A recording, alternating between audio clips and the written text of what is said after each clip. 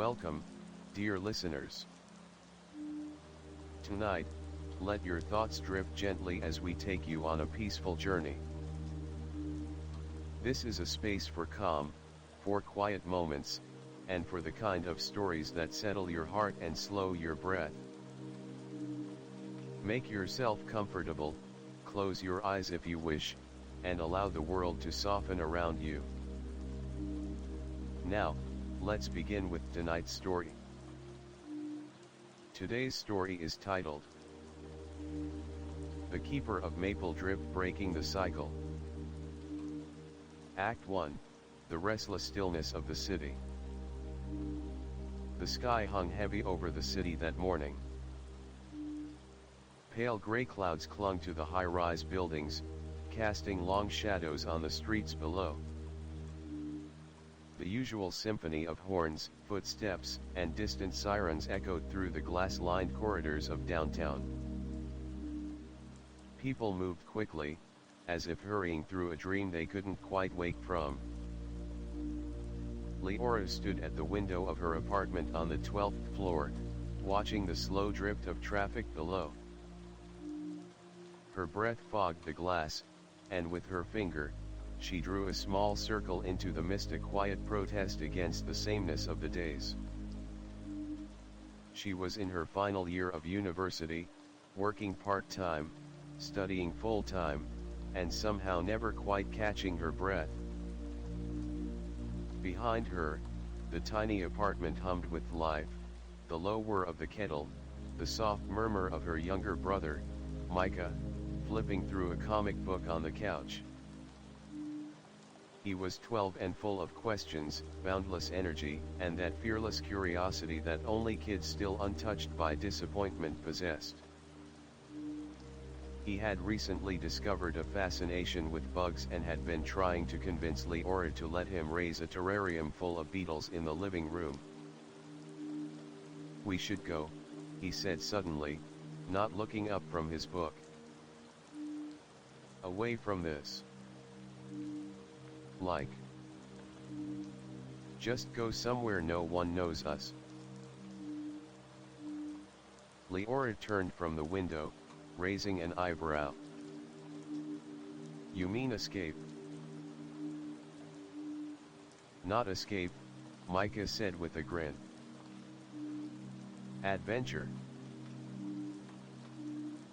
It was just a passing moment. A joke, perhaps. But something in the way he said it, how light his voice was compared to the weight of the city, lodged itself in Leora's thoughts. That evening, she found herself staring at old photos from when their parents were still alive. Images of a little countryside cottage where they'd once spent a summer. Fields, flowers, laughter in the air. A quiet place where time stretched and slowed like a lazy river. Leora hadn't thought about that place in years. But now, with Micah's words echoing softly in her mind, it called to her like a memory that wasn't quite finished. She stayed up late that night, browsing through websites with rustic cabins, small cottages, anything remotely resembling the old retreat. Most were booked, too expensive, or simply too far. But eventually, she found it. A listing with no pictures, just a name, the Mapledrift House. It was tucked in the folds of a countryside region called Elmsley, far from the city's steel edges. The description was simple, an old house with stories in its walls. Sleeps 2 to 4. Quiet surroundings. Garden. Fireplace. Walking trails. There was no contact number, just a request to book button. It felt oddly mysterious, but something about the bare-bones listing intrigued her. It didn't try to sell anything. It just Waited to be found. She clicked. The next morning, Leora told Micah over breakfast. "You're serious?" he asked, mouth half full of toast. "I think we need it," she said, sipping her coffee.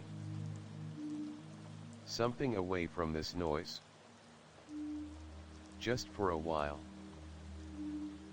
A week. Maybe 2. Can we bring the bug books?" "We'll bring all the books." He grinned wide enough to show his missing tooth.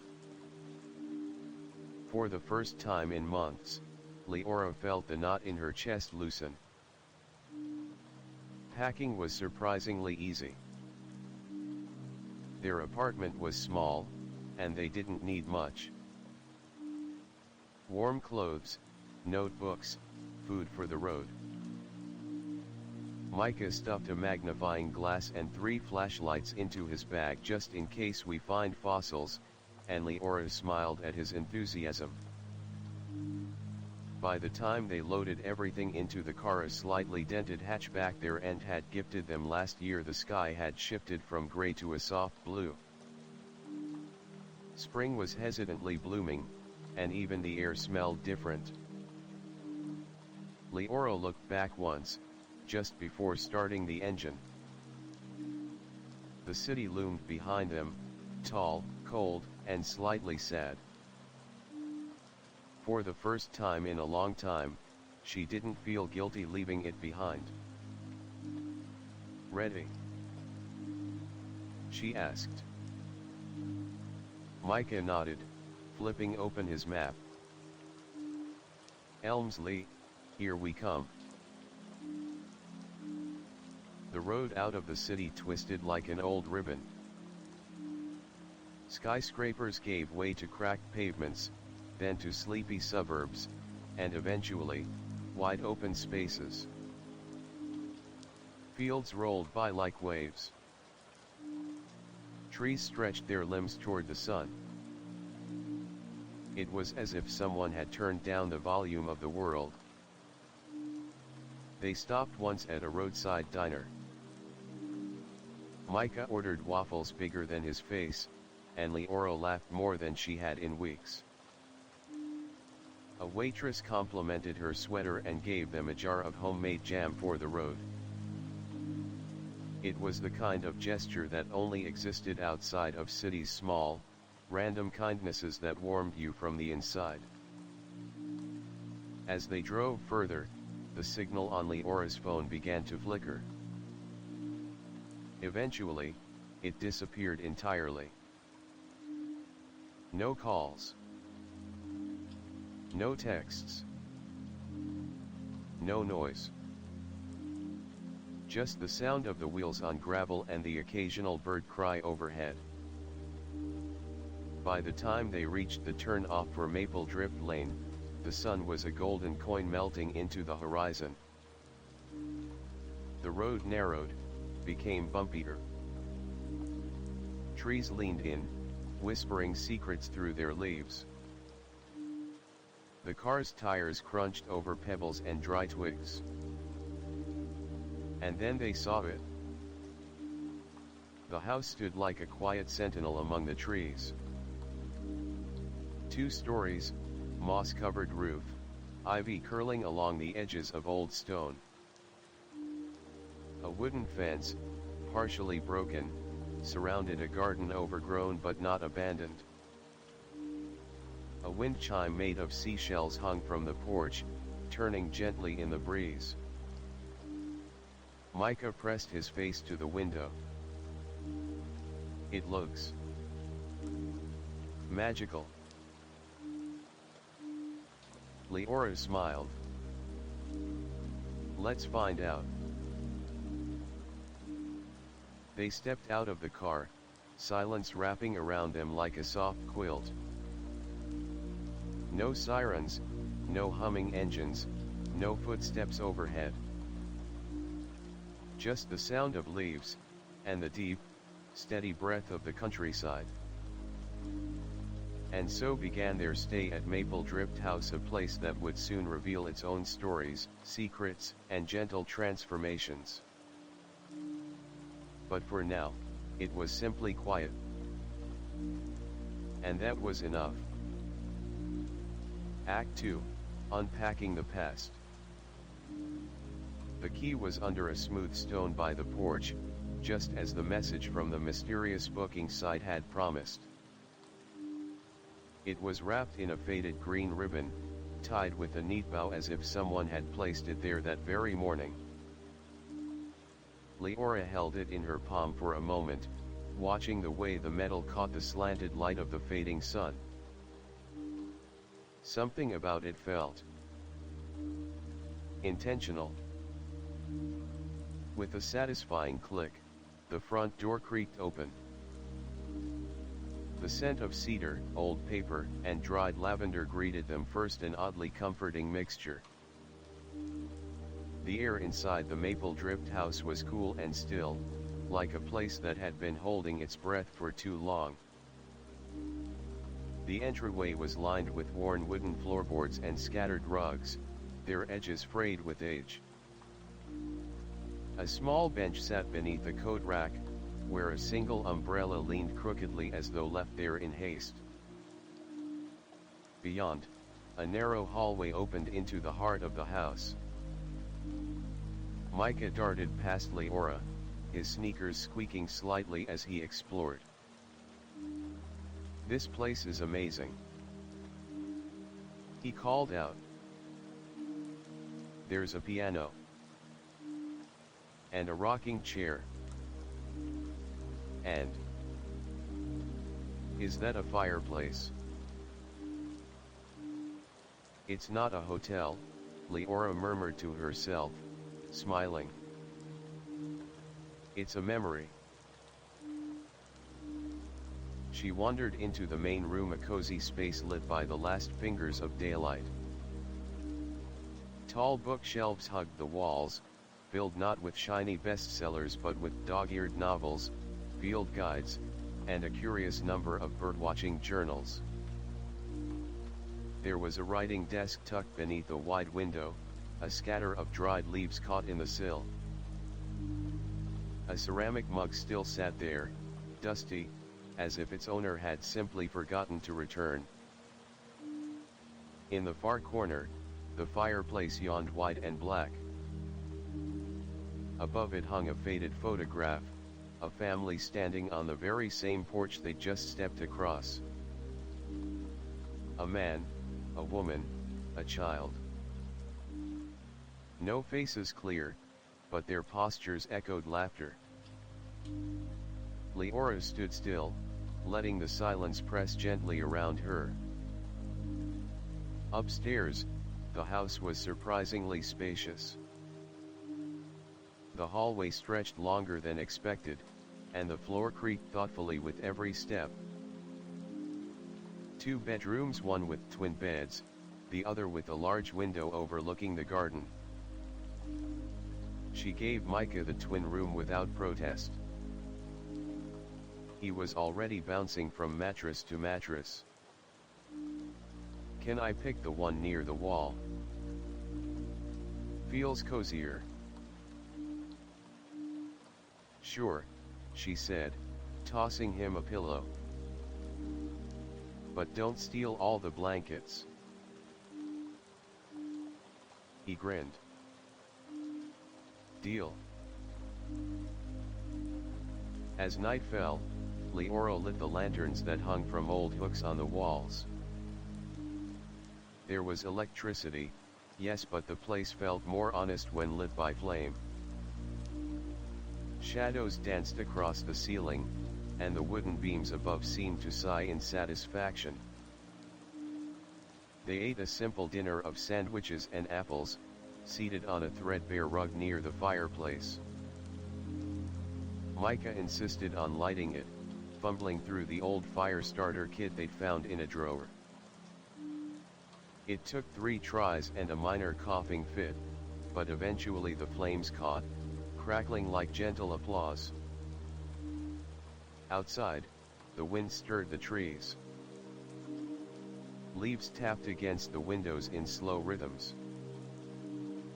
Inside, warmth began to seep into their bones. "Do you think someone still lives here sometimes?" Micah asked between bites. Leora looked around. "I'm not sure. But it definitely remembers being lived in." Later that night, after Micah had fallen asleep, Leora wandered the halls with a flashlight. There was something about the stillness that drew her onward, not fear, but curiosity wrapped in velvet. She found it in the second drawer of the writing desk downstairs, a notebook bound in cracked leather, tied shut with a strip of faded cloth. There was no name on the front, only the etched outline of a maple leaf. She hesitated, then untied the cloth. The first page read simply, "To whomever finds this, this house is full of echoes. Don't be afraid of them." The handwriting was looping, elegant, and just a little shaky. It reminded Leora of her grandmother's letters, soft but precise. She turned the page. June 3rd. It rained this morning. The kind of rain that doesn't ask permission. I stayed inside. Watched it beat against the glass and run in rivulets down the porch steps. I think the birds knew something. They didn't sing today. More entries followed, dated and poetic. Whoever had written them spoke often of the garden, of strange dreams, and of a certain window in the house that seemed to face a part of the woods that didn't appear on any map. There were pages where the ink had smudged. Others had small pressed flowers tucked between them, lavender, rose hips, tiny ferns. Leora read until her eyes grew heavy. The fireplace had long since burned to soft embers. Somewhere upstairs, the floor creaked just once, soft as breath. She closed the book and set it gently back into the drawer, fingers lingering on the maple leaf etched into the cover. Sleep came quickly that night. Outside, the wind whispered secrets through the trees. The Mapledrift house held its new guests with quiet patience, the way an old friend welcomes you home even if you don't remember ever being there before. And in her dreams, Leora saw the house again, but older, brighter, full of laughter and candlelight. A figure stood at the garden gate, half in shadow, half in moonlight. Not frightening. Just watching. She awoke with a start. The room was still. Morning had not yet come. But on her windowsill, someone or something had placed a single maple leaf. Perfect. Unblemished. Red as flame. Act 3, the garden gate and the hidden path. The morning air was thick with dew, the kind that clung to blades of grass and painted spiderwebs in shimmering silver. Leora stood on the back porch, wrapped in a shawl, hands curled around a steaming mug of tea. The Mapledrift house was quiet, its windows glinting in the pale light like sleepy eyes. Somewhere inside, Micah was still asleep, likely tangled in blankets and dreaming of giant beetles. Beyond the porch, the garden waited. It hadn't looked like much when they'd arrived, wild, overgrown, bordering on forgotten. But now, in the morning hush, it pulsed with quiet life. Flowers of strange hues bloomed in tangled clusters. Vines coiled along the fence posts. Birds flitted from branch to branch, each one singing a different note in a melody that didn't quite follow any rhythm she knew. Drawn by a pull she couldn't explain, Leora stepped off the porch and into the grass. Each footstep sank slightly into the earth, soft with moisture. She wandered between rose bushes and tall stalks of foxglove, her fingers brushing petals and seed pods as she passed. Something was different today. The garden felt arranged. Not in the precise lines of a landscaper, but in the gentle symmetry of a forgotten purpose. Then she saw it. Nestled behind a dense curtain of lilac and ivy was a gate. Wooden. Weathered. Nearly swallowed by greenery. It was small, barely taller than her shoulder, with a rusted iron latch and carvings so faded they looked like whispers in the wood. Leora pushed aside the branches. The gate creaked open. Beyond it, a narrow path stretched forward lined with mossy stones, shaded by overhanging trees. It wasn't on any of the maps she'd studied before the trip. In fact, she was certain the property was supposed to end just beyond the garden. Yet here it was. She didn't step through. Not yet. Instead, she turned and hurried back inside, calling softly, "Micah. You awake?" There was a rustle, then the sound of bare feet on stairs. A moment later, Micah appeared, hair sticking up in every direction, rubbing his eyes. "I had a weird dream," he mumbled. Leora tilted her head. "What kind?" He blinked. "You were in a forest. But it was night. And there was this big stone thing. Like a circle. And there were candles." She froze. Micah frowned. "What?" "Come with me."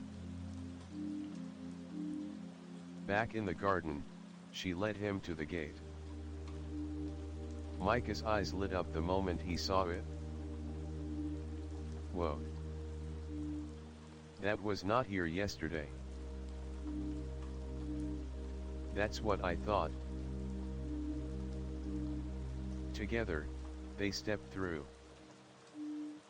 The path wound gently, leading them beneath a canopy of branches that filtered the sunlight into golden patches. Birdsong faded behind them. The air grew cooler. Quieter. Every step seemed to sink deeper, not just into the forest, but into something older. They walked in silence, as if speaking would break whatever spell had woven itself around the path. Then, suddenly, the trees parted. They stepped into a small clearing. And there it was. A ring of stones, ancient, moss-covered, arranged in a perfect circle. At the center stood a stone pedestal, waist-high, flat-topped. Around it, the grass was shorter, pressed as if something or someone had been there recently. Micah whispered, "This is what I saw." Leora's skin prickled. On the pedestal, carved into the surface, was a single word: return. No explanation. No symbols. Just that word. She reached out, fingertips grazing the stone. It was warm. Too warm for a morning this cool. And then the wind shifted. Not a breeze, more like a breath. A presence. The trees rustled all at once, though their branches barely moved. Insects fell quiet. Even the birds stopped singing. Micah took a step back. Leora. I feel it too, she said softly. For a long moment, they just stood there, listening to the hush. The pedestal stood silent, the word etched like a promise or a warning. Then Leora stepped away. Let's go back. Micah hesitated, but followed. Are we gonna tell anyone? Leora glanced over her shoulder, eyes narrowing slightly. Not yet. The walk back felt longer, as if the trees had subtly changed places in their absence. When they finally emerged into the garden, the sun was higher than it should have been. Leora checked her watch. An hour had passed. But they had only been gone 15 minutes. Micah noticed it too. Is that even possible? I don't know, she admitted. But I think this house has more to show us. That afternoon, they stayed close. Leora reread parts of the journal she had found the night before, flipping through entries that now seemed to hum with hidden meaning. One line caught her attention. The gate only opens when the house believes you're ready. Don't go too far too soon. She read it aloud. Micah looked up from his bug encyclopedia. So, it knows we're here. Leora nodded, slowly. Or maybe it was waiting. That night, neither of them mentioned the pedestal.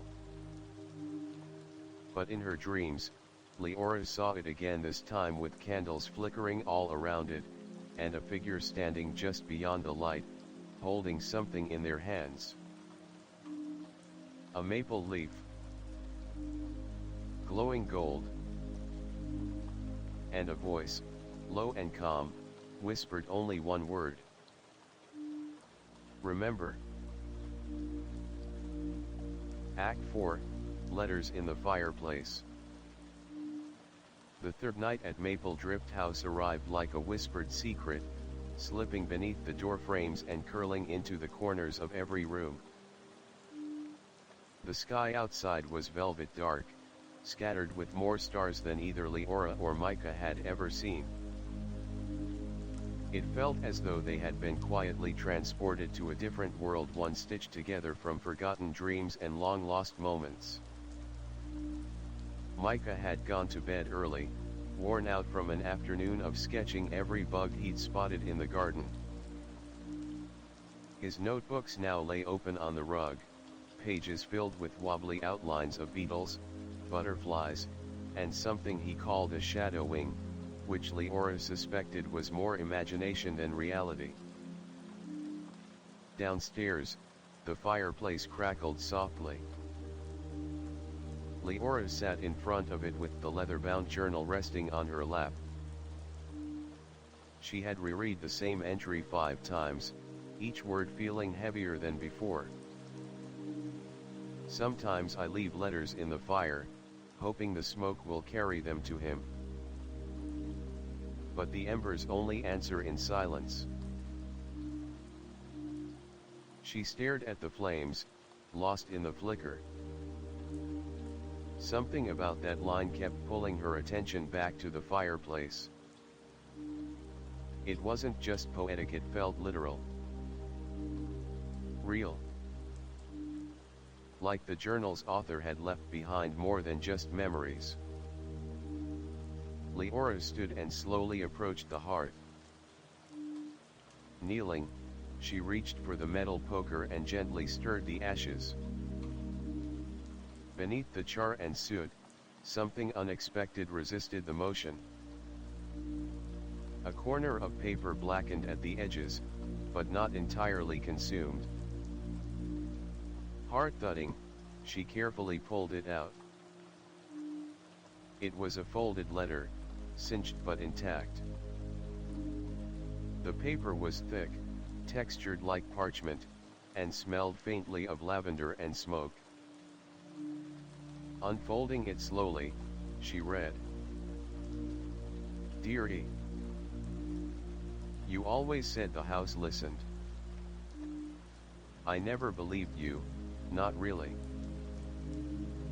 But since you left, it's been different. Rooms creak when they shouldn't. The garden grows things I never planted. And the nights are filled with the sound of your voice, even though I know it's impossible. If you're out there anywhere, please come back. Or send a sign. I'm not ready to forget you. There was no name signed, no date.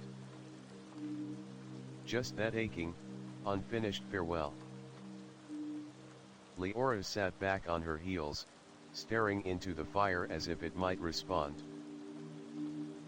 The embers glowed silently. Then she saw it just behind the grate. Another piece of folded paper, nearly hidden behind a charred log. This one was smaller, burned nearly in half. The remaining piece only contained a single line. The key is beneath the third floorboard. The rest was gone. Leora inhaled sharply. There was no third floor. Was there? The next morning, she didn't tell Micah. Not yet. He had enough on his plate drawing elaborate maps of the garden, which now included landmarks like Beetle Hill and the Great Fern Jungle. His joy was infectious, and she didn't want to taint it with mystery. Instead, she returned to the fireplace with a flashlight and a notepad. It took nearly 2 hours of careful searching, but she found 5 more fragments buried in ash and tucked between firewood logs that had long since rotted into black dust. Each letter was written in the same looping hand as the journal. One of them read, "They say if you stay long enough, the house starts showing you things it showed others before. Or after. I can't tell anymore." Another. "He told me not to open the east window after sunset.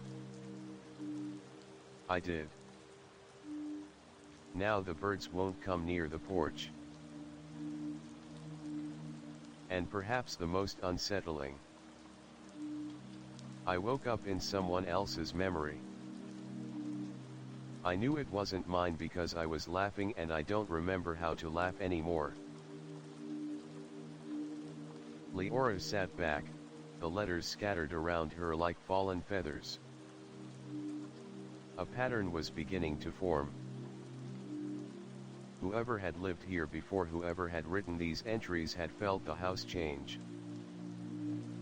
Or perhaps, shift. Like a living thing, moving slowly in ways not measured by clocks. And now, it was happening again. That afternoon, she checked every room meticulously. In the study, she noticed that one section of the floor near the bookcase creaked differently. Not just from age, but like it had been disturbed and put back imperfectly. Micah wandered in mid-search, munching on a pear. "What are you doing?" "Listening," she replied. "To what?" She tapped the floorboard with the end of a pencil. "Secrets." He plopped down cross-legged beside her. "That's my favorite thing." After 20 minutes and a butter knife, the board lifted. Beneath it was a small wooden box, wrapped in oilcloth. Dust clung to it like skin. Leora slowly unwrapped the cloth and opened the lid. Inside, a silver locket, an old fountain pen, and a bundle of tightly folded letters bound with a velvet ribbon. Atop them, a photograph, sepia-toned and slightly curled, showed a woman in a long coat standing beneath the garden arch, her hand resting on the same gate Leora had found. The woman's eyes were closed. Her other hand clutched a maple leaf to her chest. Micah leaned in. "Is that the gate from the woods?" Leora nodded slowly. "I think this was her. The person who wrote all of this." She unfolded the first letter from the bundle. This time, there was a name. "To Elena Mapledrift." Micah gasped. "That's the house name." "Yes," Leora whispered. "But it might also be a person." That night, unable to sleep, Leora returned to the journal. She flipped to the last page, one she hadn't noticed before. It was blank. Until the ink began to appear. Slowly. Like it was being written from the other side. "Welcome home, Leora." She dropped the book. Act 5, The Woman Beneath the Garden. The moon hung low in the sky, casting a pale light over the garden. Leora woke with a start, breath caught in her chest. She wasn't sure why, but the feeling was unmistakable, the same feeling she had when something was just out of reach. Something hidden. Her mind, as it often did lately, drifted back to the photo. The woman standing beneath the arch of the garden gate, eyes closed, holding the maple leaf. There was something oddly familiar about her, though Leora couldn't put a name to it. It wasn't just the photo. It was the constant, haunting sense that this woman was reaching out to her, even in her sleep. Leora stood from her bed and moved to the window, pushing the curtains aside. The garden outside looked still, serene under the starry sky. But something felt off. A strange flicker of movement caught her eye, a shadow flitting at the edge of the trees, just beyond the garden. Her heart skipped a beat. Was someone out there? The next morning, Leora couldn't shake the feeling. She couldn't go back to sleep, no matter how hard she tried. The garden, the woman, the photograph, everything was connected. She felt it deep in her bones. Micah, thankfully, was still asleep, his head buried in his bug encyclopedia, the pages crinkled from all his hours of sketching. Leora took a deep breath, her fingers tracing the edges of the journal. She couldn't ignore the journal's warning any longer, don't go too far too soon. But where exactly was too far? That afternoon, the answer seemed to come when Micah, in his usual whirlwind of curiosity, pointed toward the garden. "Hey, Leora," he called, his voice cutting through her reverie. "Look at this." She turned and saw him standing near the far edge of the garden, beside a cluster of shrubs. There, half hidden in the undergrowth, was a statue partially covered in moss, but clearly visible enough to catch her attention. It was a bust, a finely sculpted face, with long flowing hair and delicate features. Its eyes were closed, like the woman in the photo. Leora's stomach churned. "Micah," she called, hurrying toward him. "What is that?" He crouched down, brushing aside some of the foliage. "It's a statue." "But look, it's not just a statue. It's stuck like it's half buried in the ground." Leora knelt beside him. The base of the statue was cracked, and the stone seemed to have been worn away by years of neglect. But the facet was uncanny. The expression frozen in time was so hauntingly familiar. "I think it's supposed to be someone," Leora said softly. Her heart raced as the thought settled in her mind. The eyes closed, serene, as if waiting for something. As if waiting for her. "There's something written on the base," Micah said, his voice barely above a whisper.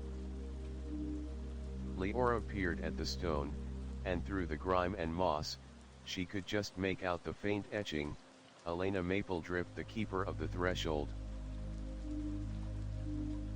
The words hit Leora like a punch to the gut. "Elena," she whispered. "It's her. The woman from the photo." Michael looked at her, wide-eyed. "Who is she?" Leora stood, feeling a strange weight settle on her shoulders. "I think she's the one who lived here before us. But I don't know why. Or how." Suddenly, the air around them seemed to shift. The garden, which had been so quiet moments before, now felt heavy charged, like the earth itself was holding its breath. A breeze stirred the leaves, and Leora glanced up, startled. There, just beyond the tree line, standing at the edge of the woods, was the woman from the photo. Her eyes were closed. Her form was translucent, almost ethereal. She stood still, gazing into the forest, as if waiting for someone. Micah, his voice trembling, whispered, "Leora, is that?" Before Leora could respond, the figure disappeared into the trees, as if swallowed by the night. They stood there, frozen in place. A long moment passed before Leora could speak. "We have to go into the woods," she said, her voice barely above a whisper. Why? Micah asked, his eyes wide with fear and excitement. Because I think she wants us to. Leora led the way into the woods, the thick undergrowth crunching beneath their feet as they followed a narrow path that seemed to appear just for them. The trees loomed overhead, their branches entwining like fingers, blocking out the light and creating an almost tangible darkness.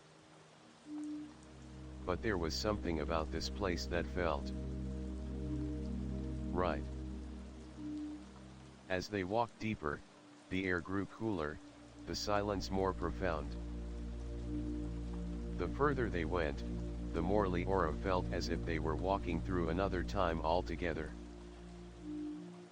Finally, they reached a small clearing, and at its center stood a stone altar. It was ancient, covered in ivy and moss, but there was no mistaking its purpose. The stone was smooth, worn by time, but still intact. And there, in front of it, lay a single maple leaf just like the one the woman had held in the photograph. Leora stepped forward, trembling. She reached out and touched the leaf, its edges crisp and dry under her fingertips. The moment she did, the ground beneath her shifted slightly, as if the earth itself was responding to her touch. Then, a voice. Soft. Familiar. Almost like a memory. "You found it," the voice said, though there was no one there. Micah looked at her in confusion. "Did you hear that?" Leora nodded. "I did. She spoke to me. She wants us to understand." The voice echoed again in the space between them, clearer now. "You must remember. The house is not just stone and wood. It is memory itself. And it remembers what you've forgotten." Leora's heart pounded in her chest. What was she missing? What had been forgotten? But before she could answer her own question, the world around them seemed to flicker. Time seemed to stretch and fold. And then, everything went dark. Leora woke with a start, her head spinning. She was back in the garden, the sun now high in the sky. But something was different. The house stood just beyond, silent and waiting. And for the first time, Leora understood she was not just a visitor here. She was part of the story. Act 6, The Echoes of the Mapledrift Lineage. Leora couldn't shake the feeling that something had shifted in the very air around her. The moment she touched the maple leaf in the clearing, the world had felt different, as if the house and the forest had opened up some kind of doorway to another time, a time she was now part of. Whether she wanted to be or not.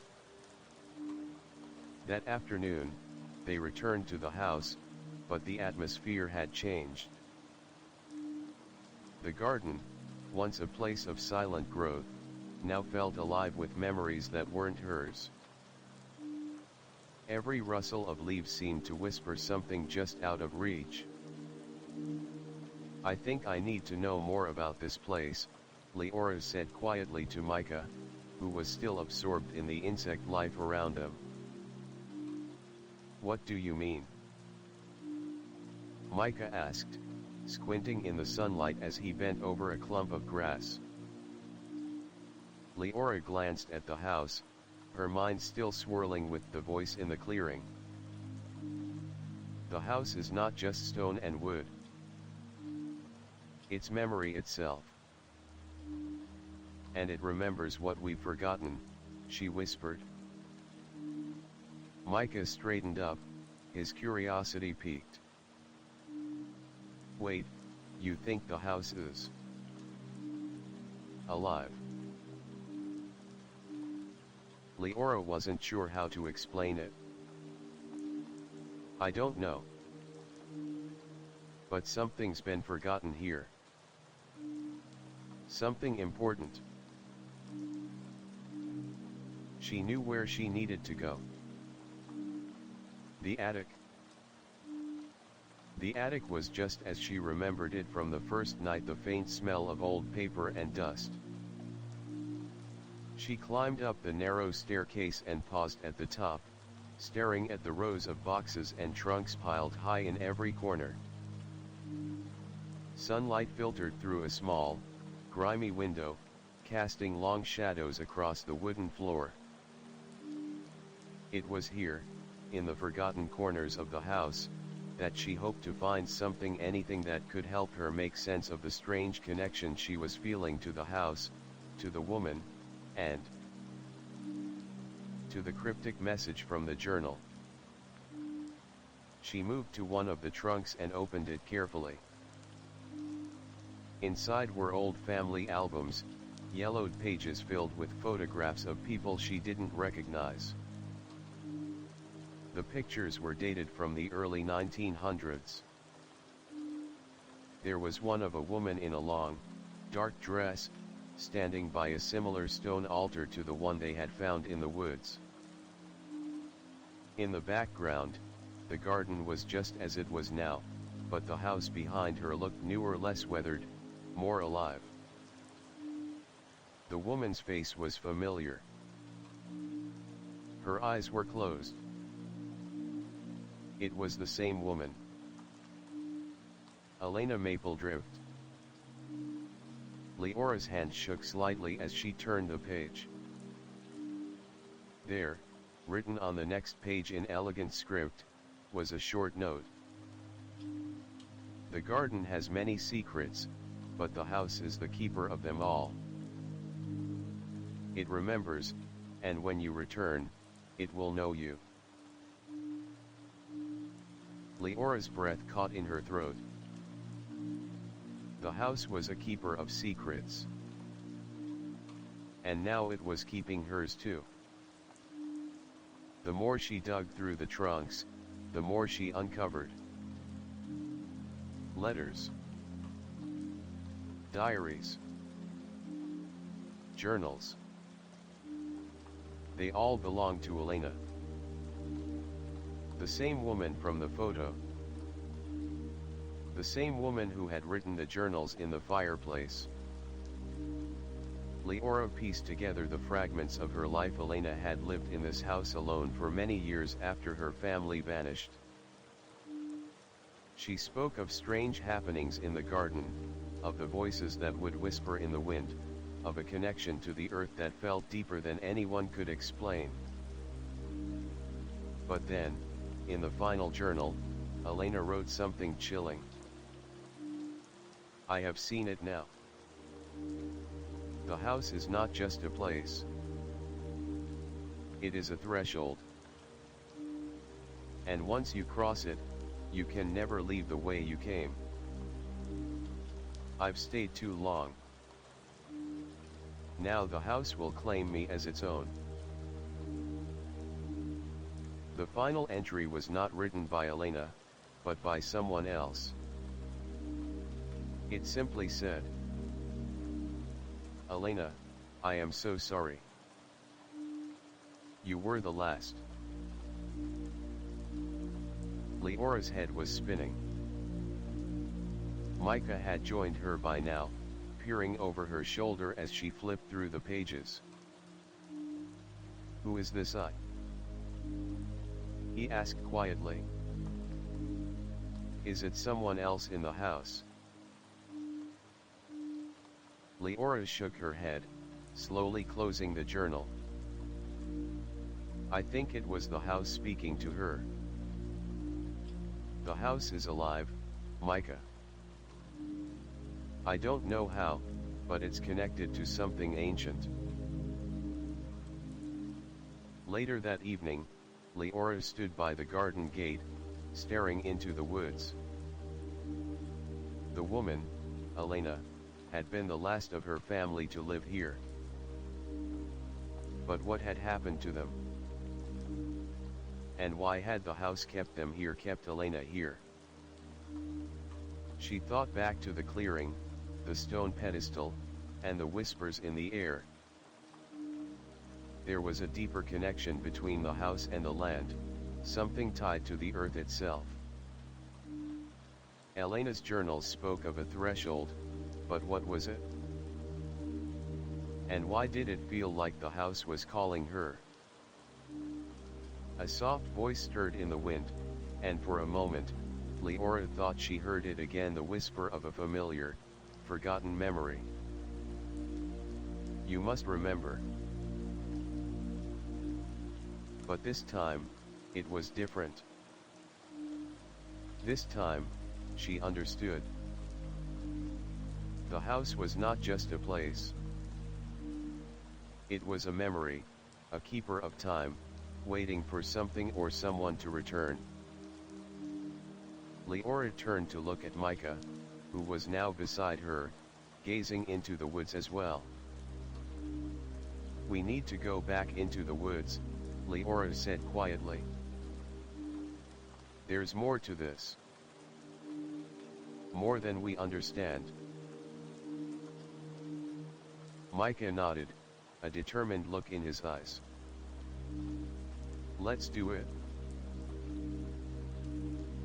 The path into the woods felt different now. The trees seemed to grow closer, the shadows deeper. As they walked, Leora felt an undeniable pull, like she was being drawn towards something just beyond her reach. The wind whispered again, louder this time, as if urging her forward. And then they found it. At the base of a large oak tree, half hidden in the undergrowth, was another stone, this one smaller, but unmistakably part of the same arrangement. Carved into it was the same word from the pedestal in the clearing. Return. This time, Leora stepped forward, her fingers brushing the stone. The ground trembled beneath her feet, and the air grew colder, the leaves trembling in response. Then, suddenly, a figure emerged from the trees. Elena, her figure translucent, glowing faintly in the twilight. She was not a ghost, not a memory. She was something more. Something tied to the house, to the garden, to the land itself. Leora's heart raced as Elena's eyes opened. They were the same dark eyes she had seen in the photograph. And now, for the first time, they were looking at her. It's time, Elena whispered. Act 7, The Threshold of Time. Leora stood frozen, her hands still pressed against the cold stone, her heart pounding in her chest. The figure of Elena, her eyes now open, glowing faintly in the twilight, moved closer, her expression unreadable but somehow filled with understanding. It's time, Elena whispered again, her voice like the rustling of leaves in the wind. Leora felt the weight of the words settle in her chest, heavier than any burden she had ever carried. What did it mean? It's time. Time for what? To leave. To understand. To stay. Micah, standing beside her, seemed as transfixed as she was. His eyes darted from the glowing figure of Elena to the stone beneath their feet, where the word return had been carved. The air around them was thick with anticipation, as if the world itself was holding its breath. Who are you? Leora found her voice, though it shook. What do you want from us? Elena's smile was faint, but it held a deep sadness. I am the last of the Mapledrift line, she said softly. The house chose me, as it has chosen others before me. And now, it calls for you. The words echoed in the stillness, and Leora felt a chill creep up her spine. The house. The garden. The whispers. It was all connected. And now, it was calling them. Calling her. Micah stepped forward, his voice uncertain but filled with curiosity. Why us? Why now? Elena's figure seemed to flicker slightly, as if caught between two worlds. The house remembers, she said. It remembers everything, every soul that has passed through its gates. And it has never forgotten you. Leora's mind raced. She couldn't understand. How could the house remember them? How could it know them? I don't understand, Leora said, her voice barely above a whisper. Why us? What do we have to do with any of this? Elena stepped closer, her form now almost solid, the air around her shimmering with the weight of centuries. Because, Leora Mapledrift, you are my blood. And your return to this place was inevitable. Leora's breath caught in her throat. Her heart stopped for a beat. What do you mean, my blood? Elena smiled again, but this time it was a smile of understanding. The Mapledrift family has always been tied to this house. To the land. To the memories. I was the last to remain, but I have waited for you. For your return. Leora stumbled back, her thoughts crashing together in a whirlwind. She had come here seeking answers, seeking a break from her past, but now she was being told that she was part of a legacy that had been waiting for her return.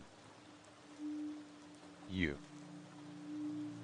knew I was coming? Leora asked, her voice hoarse. Elena nodded. The house knew. The house always knows.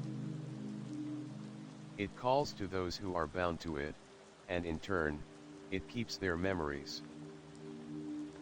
You are part of it, whether you wish to be or not. Leora turned to Micah, who had been silent, his face pale as he processed what was happening. He finally spoke, his voice trembling. But why does it want us here? Why is it calling us back? Elena's expression grew more serious. Because, Micah, the house has never let go of those it has claimed. It keeps them either in memory or in spirit. And now the time has come for someone to take my place. Leora felt a chill run down her spine. Take your place. Elena nodded solemnly. I have lived here long enough to feel its pull, to understand its power. But the house demands balance. It cannot remain alone. It needs its keeper, its protector. And that is what you must decide now, whether you will walk away from this place or become a part of it forever. The woods around them seemed to grow quieter, the wind ceasing, as if waiting for their decision. Leora felt her pulse quicken. The weight of her past, of the house, of the Mapledrift name, was pressing in on her. She had always thought she was running from something, from the chaos of the city, from her own fears. But now, she realized that she had been running toward this moment all along. Micah looked at her, his face etched with fear and uncertainty. Leora, what do we do? What's the right choice? Leora felt a deep conflict surge inside her. The house, this place, was calling her, but at what cost? Elena, the woman who had lived here before, had become part of it, tied to it in ways Leora couldn't yet understand. Was this what she was meant to be? Was this her fate? I don't know, she whispered, her voice barely audible. I don't know what the right choice is. But I feel like we have to understand it. We have to see what it wants before we decide. Elena nodded, as if expecting the answer. You will learn what you must. And then you will make your choice. But remember, once you cross the threshold, there is no turning back. The moment Elena finished speaking, the ground beneath them seemed to shift. The trees around them groaned, their branches creaking as if alive, as if responding to the tension in the air. A deep, low hum began to vibrate from the very earth itself, and the stone beneath Leora's feet warmed, glowing faintly as if the house had recognized her presence. Leora stepped forward, her hands still trembling. The voice in her head was louder now, but it was no longer a whisper, it was her own voice, echoing in her mind.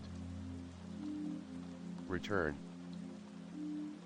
The word echoed in her chest, in her soul. It was as if the house had been waiting for her to hear it, to finally understand. Elena, Leora called, her voice steady despite the chaos swirling inside her. What happens if we refuse? Elena's face was soft, her gaze both knowing and regretful. The house will remember you as it remembers all things. It will wait for another to answer its call. But know this: no one escapes its grasp. Not truly. Leora looked down at the stone again. The word return shone brighter now, almost like a warning. She turned to Micah, her eyes wide with realization. Micah, we have to make a choice. The house will claim us whether we stay or leave. Just then, the ground trembled, and a deep, resonating sound filled the air, like the beating of a great heart. The house was calling. And Leora knew that whatever happened next, it would be the beginning of something far greater than either she or Micah could have imagined. Act 8, The Keeper's Choice. The air around them seemed to freeze in place as Leora and Micah stood facing the glowing stone pedestal, Elena's words still echoing in their minds. The house they landed was all connected to them now. The pull was undeniable. They could feel it, in the wind, in the tremble of the earth beneath their feet, and most of all, in their own hearts. The silence stretched out, as if the world was holding its breath, waiting for them to make the impossible choice. Leora turned back to Elena, her face pale but determined. What happens if we say no? If we refuse to be a part of this? Elena's expression softened, but there was a deep sadness in her eyes. The house will wait. It has waited for many years. It will remember you, but it will not forget its need. It will continue calling, pulling, until someone answers. Micah stepped closer to Leora, his voice trembling. What if we leave? What if we just go back to the city and forget all of this? Elena's ghostly form flickered, her eyes never leaving them. You may leave, but the house will always remember. It will always find a way to draw you back, just as it did to me, just as it has for all who have lived here before. Leora felt the weight of Elena's words pressing down on her chest. This house, this place was not just an ordinary home. It was a living, breathing entity, one that had witnessed centuries pass, one that had seen families come and go, and now, it was calling them. The question hung in the air like a heavy mist: could they truly escape its pull? Or were they already too far gone to turn back? Micah's voice broke the silence. What does it mean to become the keeper? He asked, his curiosity piqued, though fear still laced his tone. Elena's form shimmered, her face grave. The keeper is the one who binds the house to the land. They protect its secrets, its memories, and its power. They become a part of it, and the house becomes a part of them. It's not just a position, it's a transformation. Leora felt a shiver run down her spine. The idea of becoming the keeper, that was more than just living in this house. It was becoming something else entirely, something tied to the house and its endless, unyielding memory. She took a step back, her hand trembling as she reached for the pendant around her neck. It felt heavier now, as if it had gained weight since the first time she'd worn it. The pendant, the house, the garden, they were all part of the same strange story. And now, she was being asked to take the final step. You said the house remembers, Leora said quietly, her voice barely audible. It remembers everything. Even what's been forgotten. Does that mean it remembers who we really are? Elena's gaze softened, but there was still a sense of sorrow in her eyes. It remembers what you choose to forget.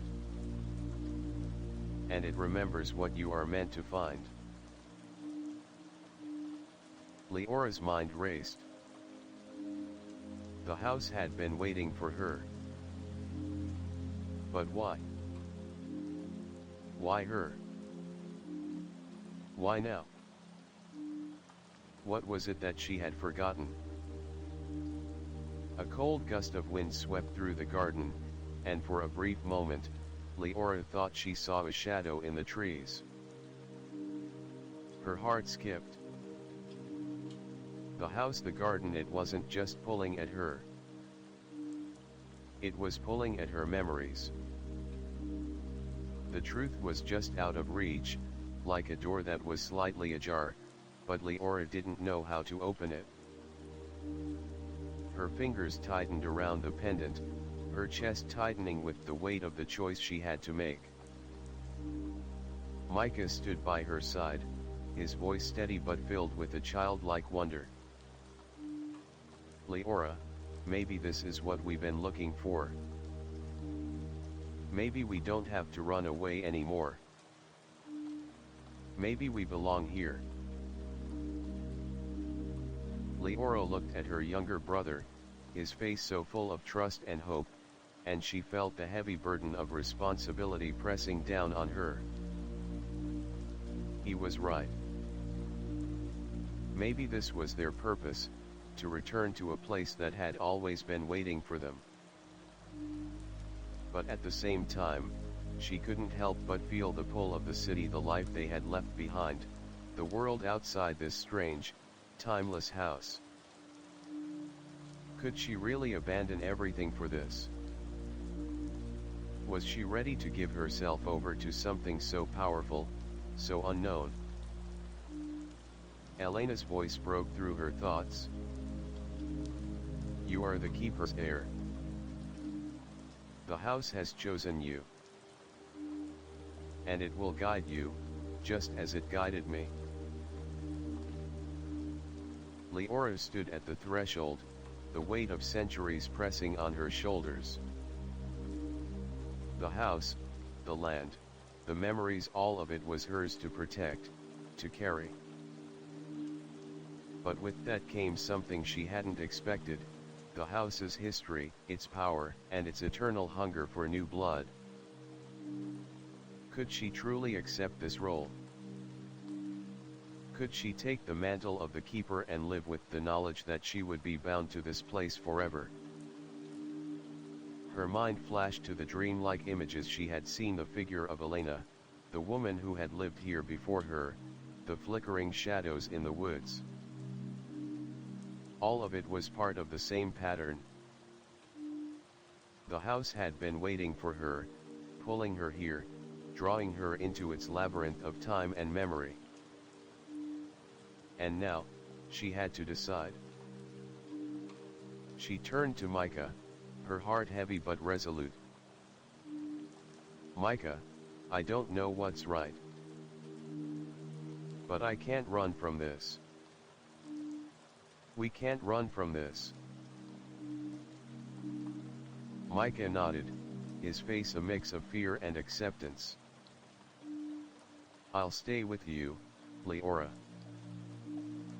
I don't want to go anywhere without you. Leora took a deep breath and turned back to Elena, her voice firm. I accept. Elena's figure flickered once more, and for a brief moment, Leora thought she saw something like a smile cross Elena's face, a smile of peace, of relief. Then you are ready. The ground beneath them shifted again, and the air hummed with energy.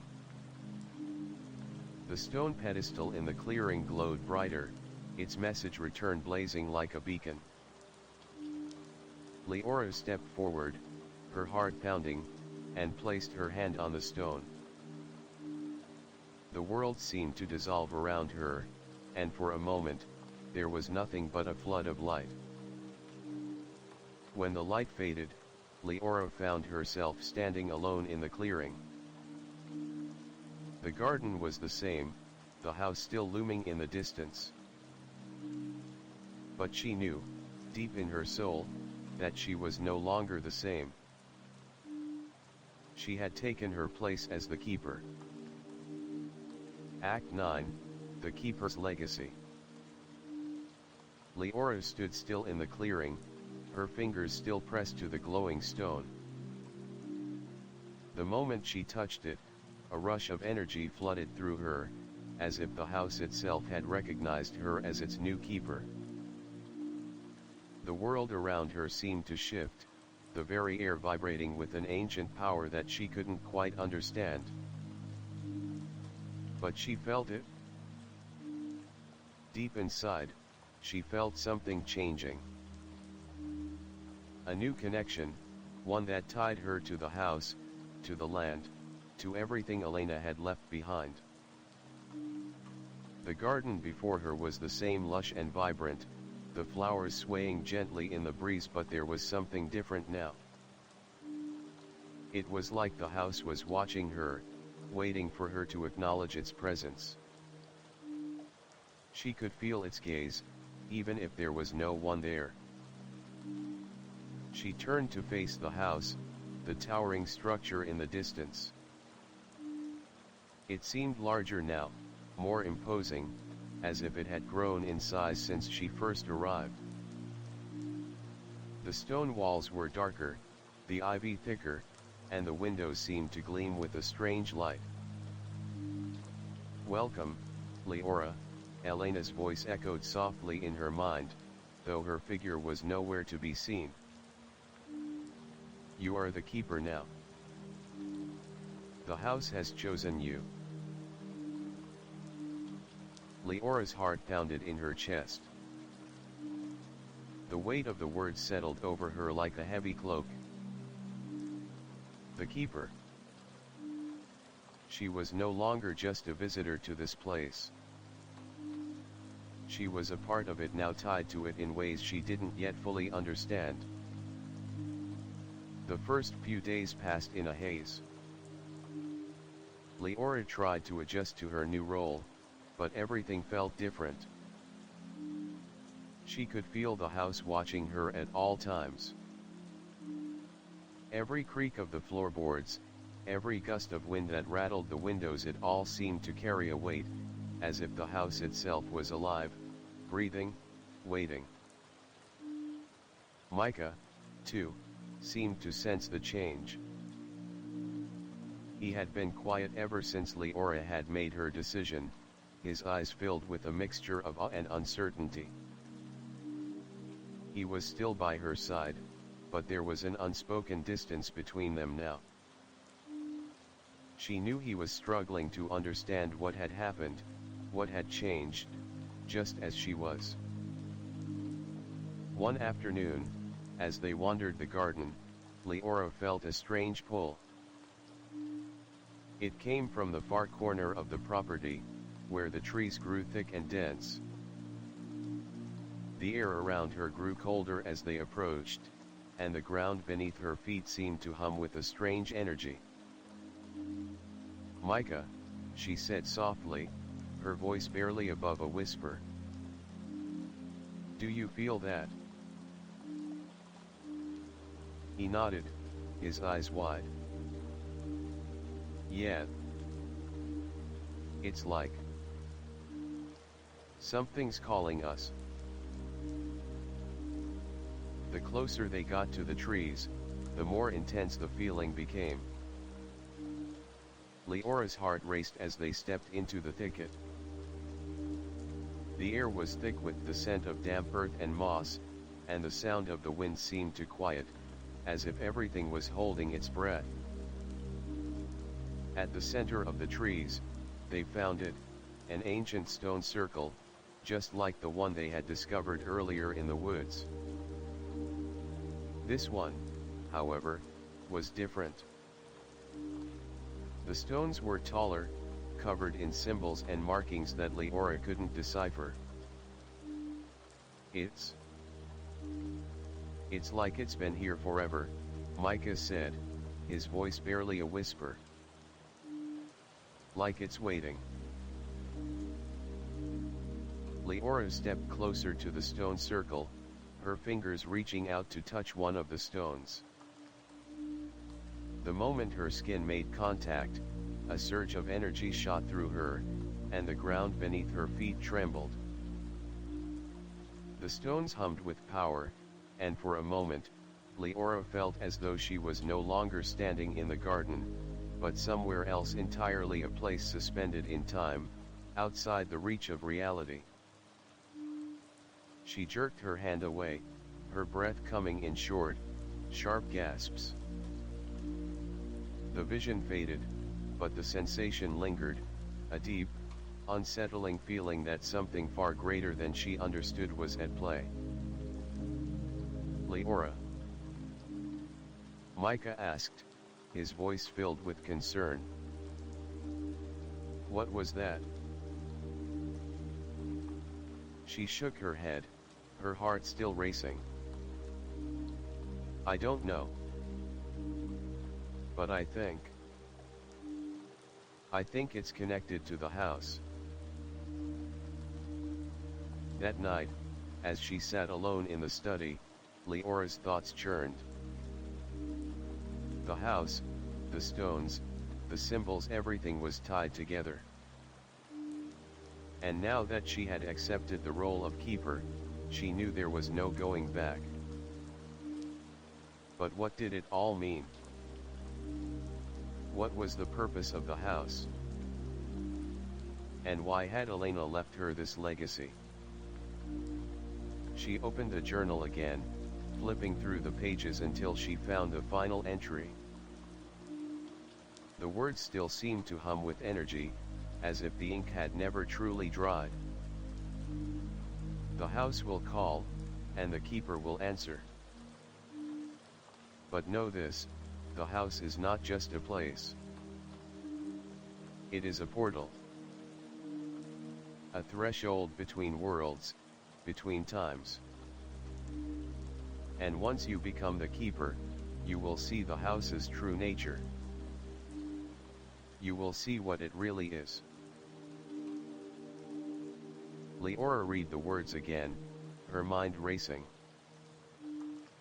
A portal. A threshold. What did that mean? A sound interrupted her thoughts, a soft creak, like the house itself was settling. But it wasn't just the house. It was something else. Something alive. She looked up, her heart skipping a beat. The door to the study slowly creaked open. Standing in the doorway was Elena. But this time, she wasn't a ghost, and she wasn't a vision. She was fully formed, her figure solid and real, though still bathed in an ethereal glow. Elena, Leora breathed, her voice trembling. How are you here? Elena smiled, her eyes filled with an ancient wisdom. The house has no limits, Leora. It is not bound by the same rules that govern the world outside. And neither are you, now. Leora stood, her legs shaky beneath her. I don't understand. What is this place? What is the house? Elena's smile faded, and she stepped closer, her gaze heavy with the weight of years. The house is a keeper of time. It exists between moments, between memories, between worlds. It has lived for centuries, and it has taken many keepers, many souls. And now, it is your turn to protect it. But why me? Leora asked, her voice filled with desperation. Why me? Elena's gaze softened. Because, Leora, you are the one who can see the truth. The house chose you because you were meant to know its secrets. And now, you must decide, will you remain the keeper, bound to this place forever? Or will you break the cycle and let the house go? Leora's heart raced. The weight of Elena's words settled over her like a thick fog. The house, the garden, the stones, they were all part of something larger. Something that she could no longer escape. And now, the truth was within her reach. But was it a truth she could live with? The choice was hers. And once it was made, there would be no going back. Act 10, the final choice. Leora stood in the study, her body trembling as Elena's figure lingered in the doorway, her eyes filled with ancient sorrow. The words hung in the air like a heavy fog. The house. The legacy. The keeper's burden. It was all coming to a head now. She had been chosen, but she didn't know if it was by fate or by something more malevolent, something dark that lingered in the very foundation of Mapledrift House. The pull was undeniable. It called to her, just as it had called to every other keeper before her. But was it calling her to protect the house or to become a part of it forever? Elena. Leora's voice trembled. How can I make this choice? How can I decide? Elena's gaze softened. She stepped into the room fully, her form now solid and bright, like a beacon of light in the midst of shadow. Leora, the choice is not one of how, but of why. Why do you think you are here? Why have you been called to this place? Leora looked around the room. The walls seemed to pulse with life, as if the house itself was waiting, watching, urging her to make the decision. Her fingers tightened around the journal in her hands. I don't know anymore, she whispered. I thought I could leave, but the more I stay here, the more I feel connected. Like I'm a part of it, like this house has always been waiting for me. Elena nodded, her eyes filled with understanding. Because it has, Leora. The house has waited for you. It has been watching, remembering. The keeper is always bound to the house, just as the house is bound to the keeper. Leora swallowed, her throat tight. But what happens if I refuse? What happens if I don't take the role of keeper? Can I leave this place? Can I go back to the life I knew? A slow, sad smile crept across Elena's face. You may walk away from the house, but you will not walk away unchanged. The house has claimed you already, in ways you cannot yet comprehend. And the house remembers. Leora's mind raced as she struggled to process Elena's words. The house, the garden, the stone pedestal, the strange dreams, everything had been leading to this moment. But what was it leading to? Was it truly her destiny to become the keeper, to take on the burden of protecting this house for eternity?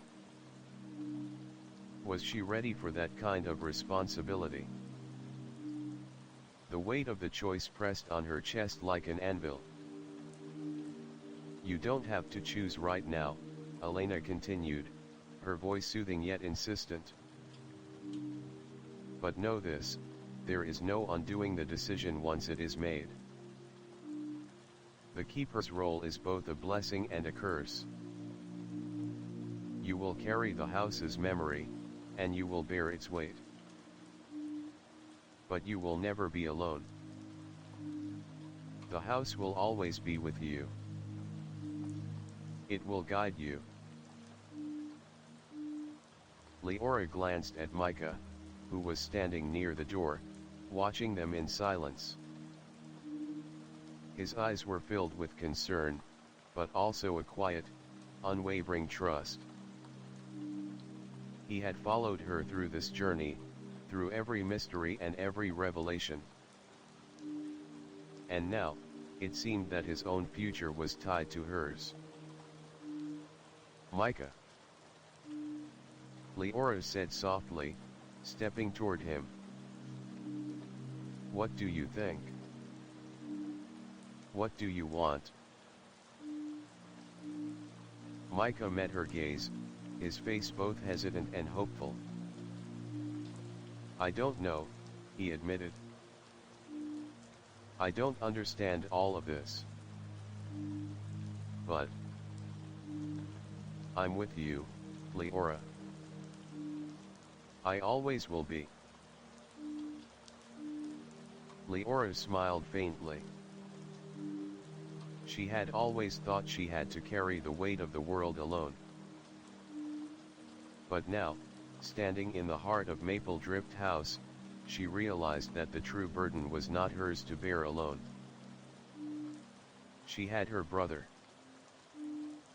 She had the memories of those who came before her. And she had the house itself, waiting for her to accept her place in its endless legacy. The wind outside howled, and Leora turned back to face the house. She could feel its presence, its pull, as if it were reaching out to her. Suddenly, the world around her began to shift, like the ground beneath her feet was turning to mist. The house. It was alive, breathing, shifting with the changing of time. And for the first time, Leora understood the truth. The house was not a prison. It was a sanctuary. A place that existed outside of time, outside of reality. It had memories, and it held secrets that could not be forgotten. And now, it was asking her to keep those secrets safe, to protect the balance between worlds. Her fingers brushed the pendant around her neck. The weight of it felt familiar, comforting. She had always been meant to wear it. She turned to Elena, her decision finally made. I accept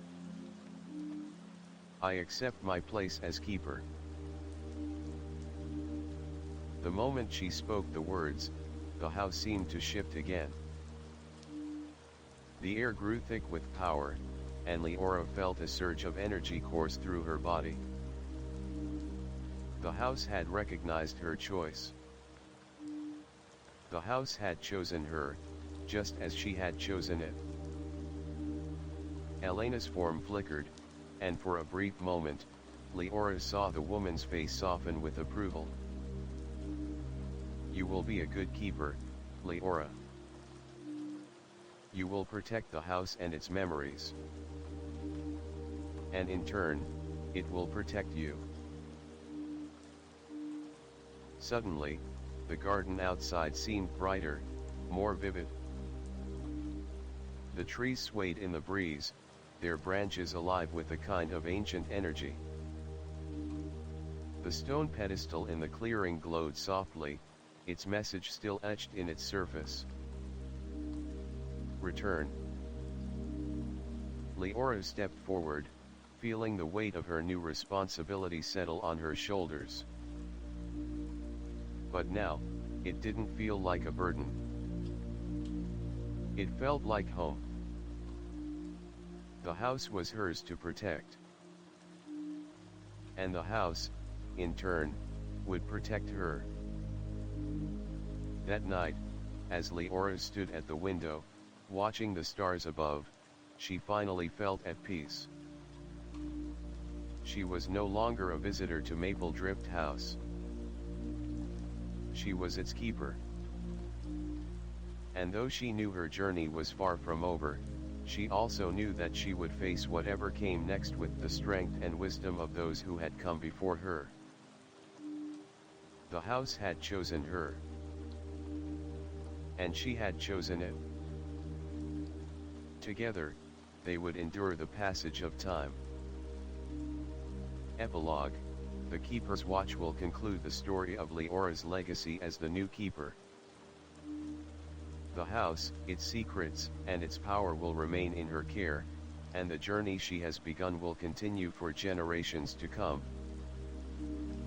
Epilogue: The Keeper's Watch. Leora stood in the garden, the night air cool around her, as the moon cast its pale light over the house. The wind stirred the leaves, and for the first time in days, everything felt still, like the world had paused, holding its breath. The house loomed behind her, its presence both comforting and intimidating. She had accepted her place as the keeper, but she had no illusions about the weight of the role. The house had its rules, its secrets, and she was now its guardian.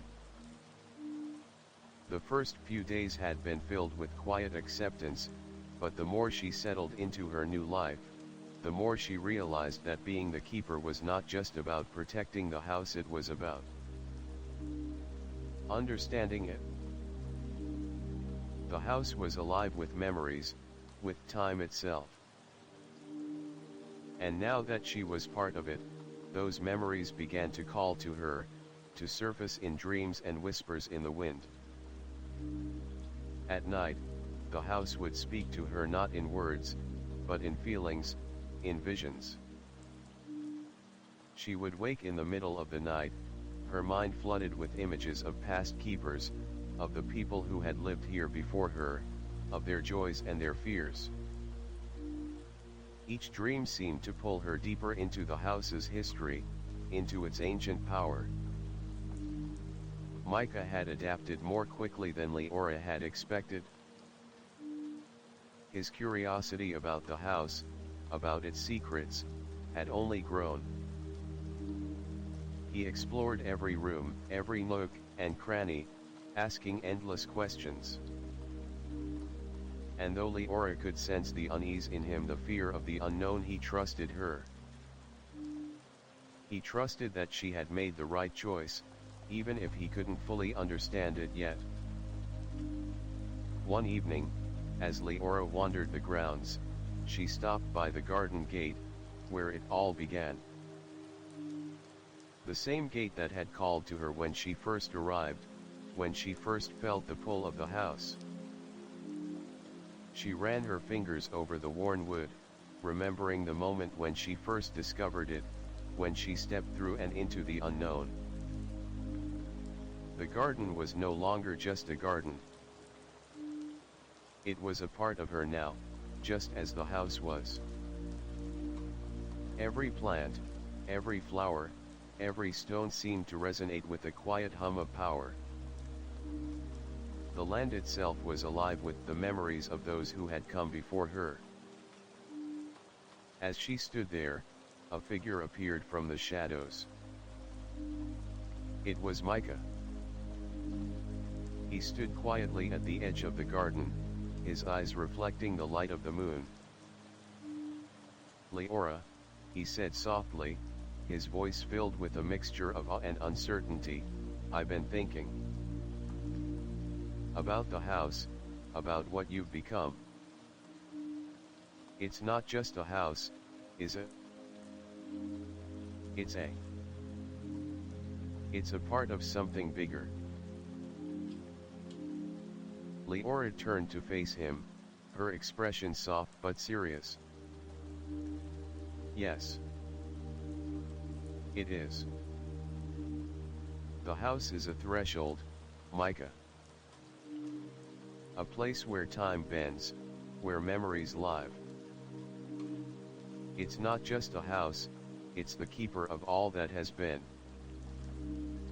And now, I am its keeper." Micah nodded, taking a few cautious steps closer. "I can feel it, you know. The house. It's different now. It's like it's waiting. Like it knows something we don't." Leora looked at him, a pang of unease rising in her chest. It does know something. It knows everything. And now that I'm here, I'm starting to understand it too. That night, as Leora stood at her window, gazing out over the land, the house seemed to respond to her presence. The wind whispered softly through the trees, and the air was filled with a strange energy. She could feel it, deep inside an ancient pulse, a heartbeat that echoed through the walls of the house. The house was alive, and now, so was she. She turned from the window, her eyes catching on something unexpected, a small, ornate box on the desk. It had not been there before. She walked over to it, her fingers tracing the intricate carvings on its surface. It was made of dark wood, its corners adorned with delicate gold accents. The lid was sealed shut with a lock, but the box seemed to call to her. Leora picked it up and held it in her hands, feeling the weight of it. She could sense that it held something important, something the house had been keeping from her. The lock clicked open without her touching it, and the lid slowly lifted on its own. Inside, there were several old letters, each one carefully folded and tied with a ribbon. They were yellowed with age, their edges frayed. Leora carefully lifted the first letter and unfolded it. It was written in the same elegant handwriting as the journals she had read before. The words were clear but filled with a sense of sorrow. To the one who comes after me. The house has claimed me, as it will claim you. You are the keeper now, and you will carry the weight of its memory. But remember this: do not let the house consume you. It will try, it will pull you into its web of time and memory. Do not let it take you the way it took me. I failed. Do not make the same mistake. Leora felt a chill run down her spine. She had known, deep down, that there was something darker about the house, something that could twist even the purest intentions. The house was not just a place of memory and protection, it was something much older, much more dangerous. She reached for the next letter. I failed, but you can succeed. You can break the cycle. But only if you understand the truth. The house does not just remember, it creates memories. It makes time its own. And once you are part of it, you will never truly leave. Be careful, keeper. Be careful. Leora's mind raced as she processed the words. The house was not just a keeper of memories, it was a manipulator of time itself. It could bend time, shape it, twist it into something new.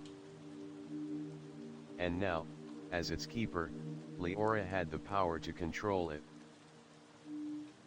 But the power came with a price. The house had consumed those who had come before her, and it would try to consume her as well. Could she truly maintain control? Could she break the cycle, or would she become like the others, lost in the endless grip of the house's power? The next morning, Leora stood on the porch, her eyes scanning the horizon. The house was silent, waiting. And she, too, was waiting.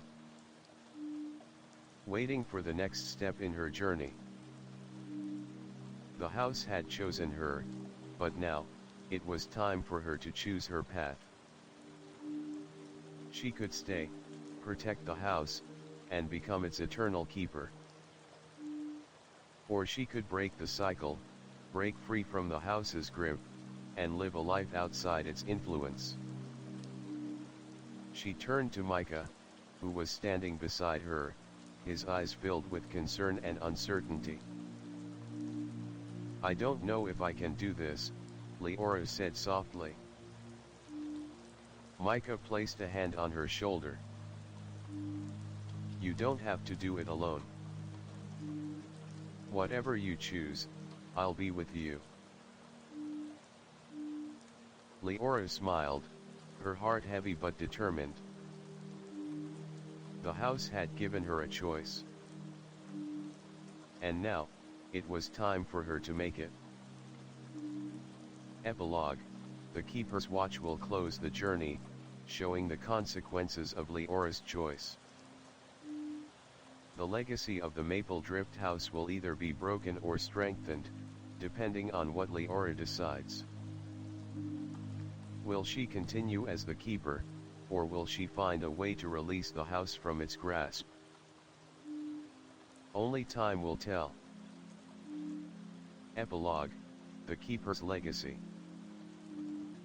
The days following Leora's decision were filled with a profound stillness, as if the house itself was waiting for the conclusion of the long, winding journey that had brought her to this moment.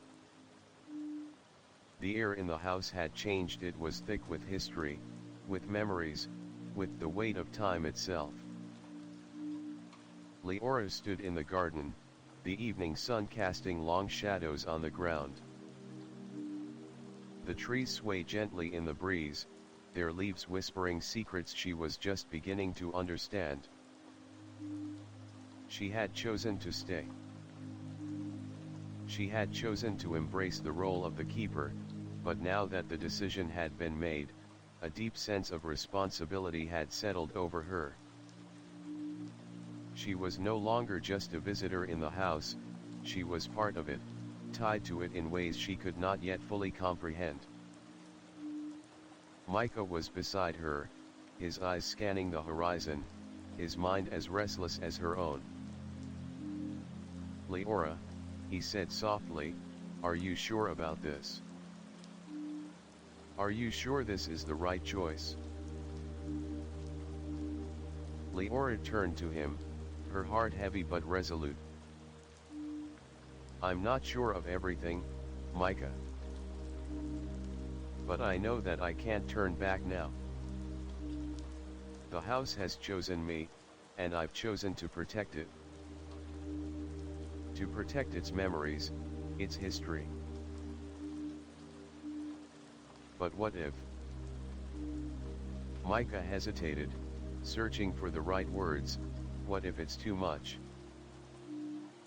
What if the house consumes you, like it did with the others? Leora's gaze shifted to the house, the towering structure standing silent and watchful. The thought of being consumed by the house, of losing herself to its power, had crossed her mind more than once. But she had made her choice.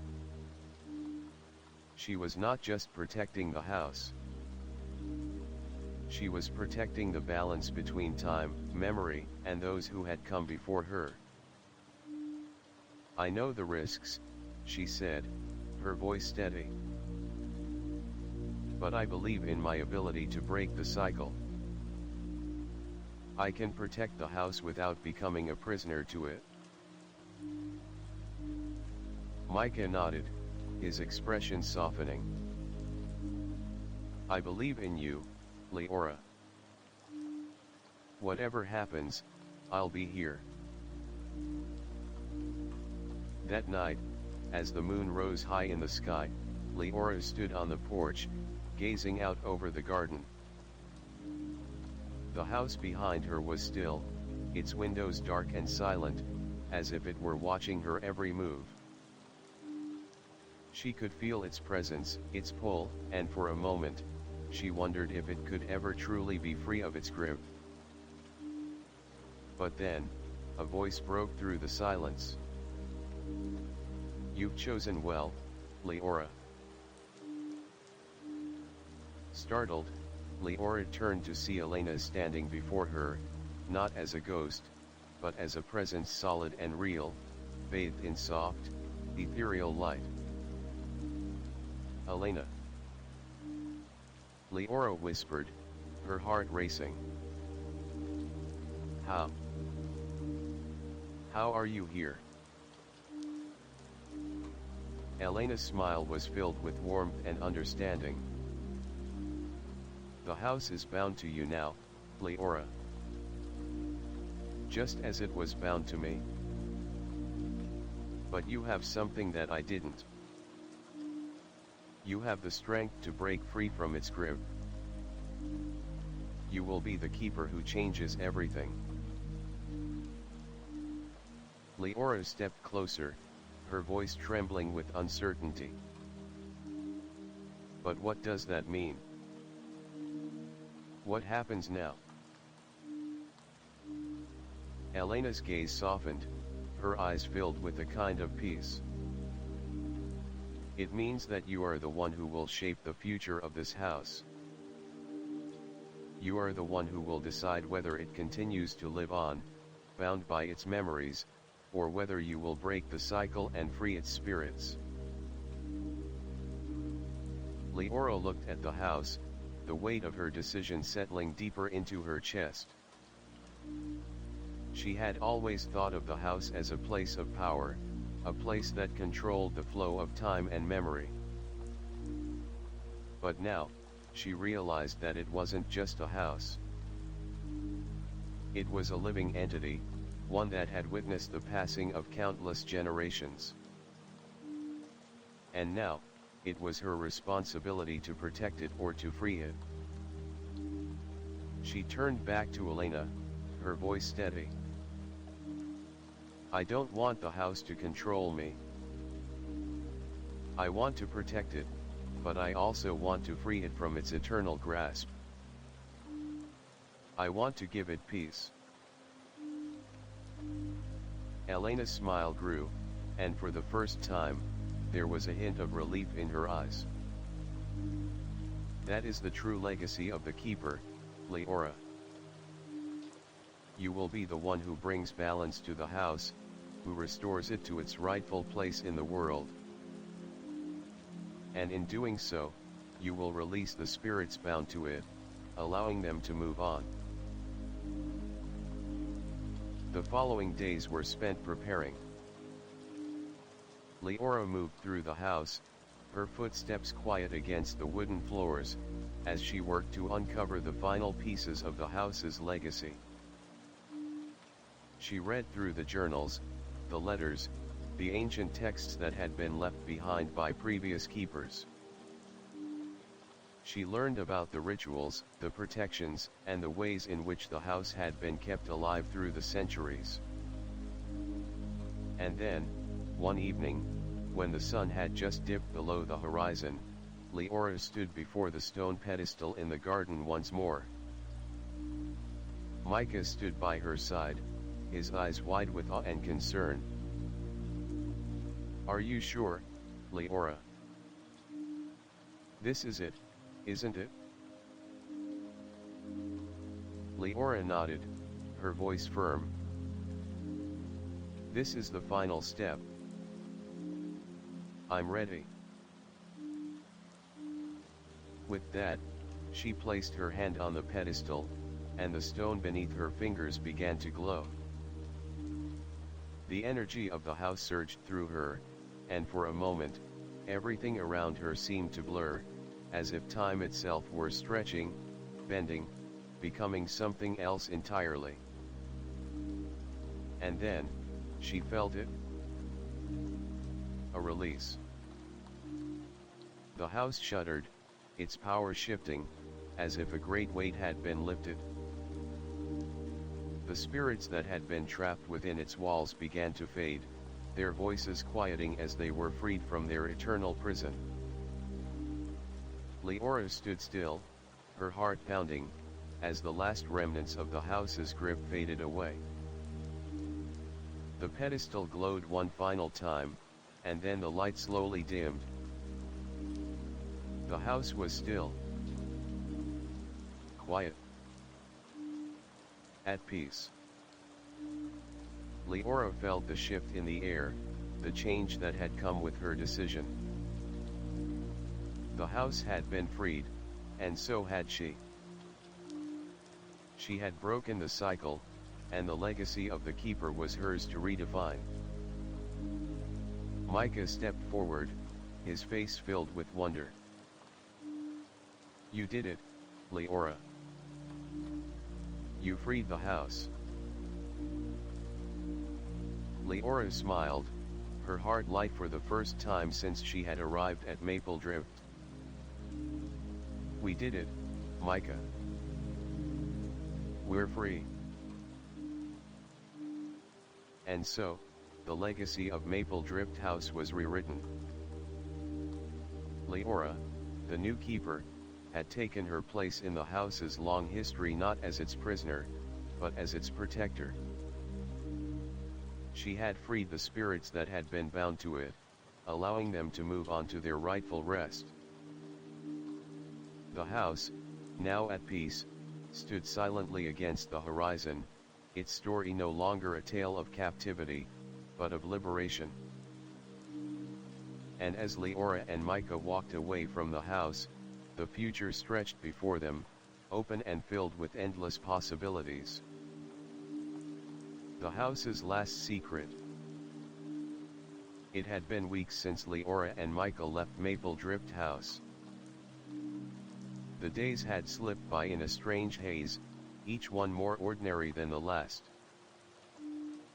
The house that had once dominated their lives, that had shaped their every thought and movement, now seemed like a distant memory, a strange, ethereal dream that felt more and more like a tale told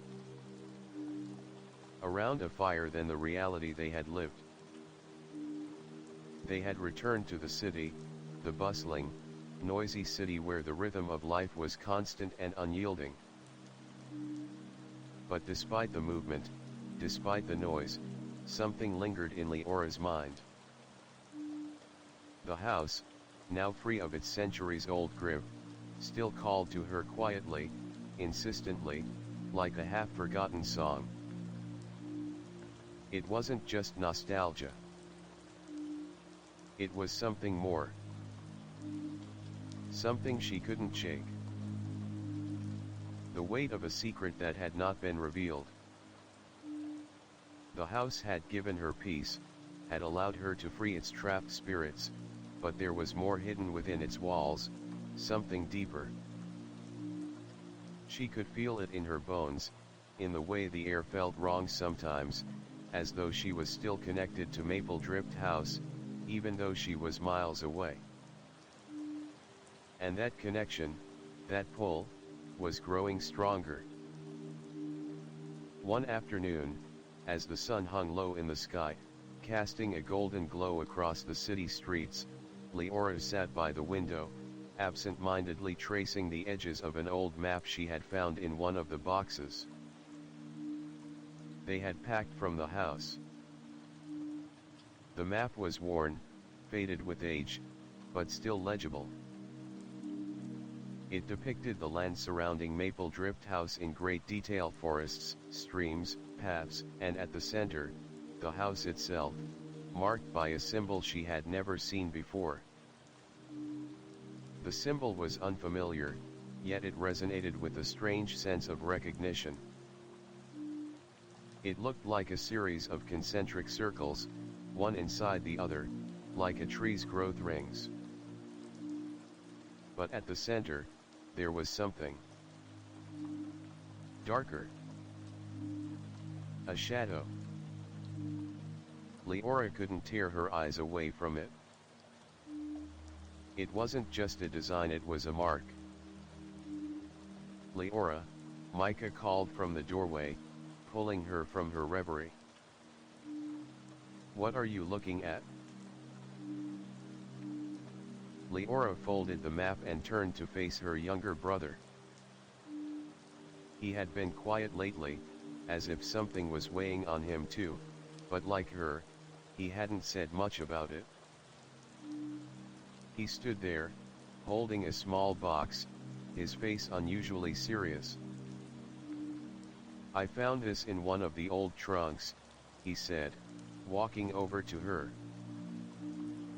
He opened the box and inside was a small, delicate key. It was made of brass, its edges sharp and intricate, like something from another time. Leora took the key, her fingers brushing its surface. It felt warm, as if it had been waiting for her touch. "Where did you find this?" she asked, her voice quiet. Micah shrugged. "It was hidden in a drawer, covered with dust. I don't think we ever saw it before." Leora's heart skipped a beat. The key, it felt like an answer to something. The house. The symbol on the map. The secret that still clung to her like a shadow.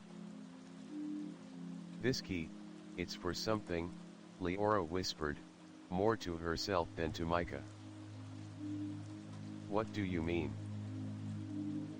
Micah asked, his brow furrowing in confusion. "I think the house has one last secret to reveal," Leora said, her voice steady but filled with a sense of purpose she hadn't felt in weeks. "And I think it's calling us back." The next day, Leora and Micah stood in front of Mapledrift House once more, the old iron gate creaking in the wind as they pushed it open. The house seemed unchanged, its stone walls standing tall against the horizon, its windows dark and silent. But to Leora, it felt different, quieter, more expectant. As if the house was holding its breath, waiting for them to return. "Are you sure about this?" Micah asked, his voice hesitant as he followed Leora up the path toward the front door. Leora nodded, holding the key tightly in her hand.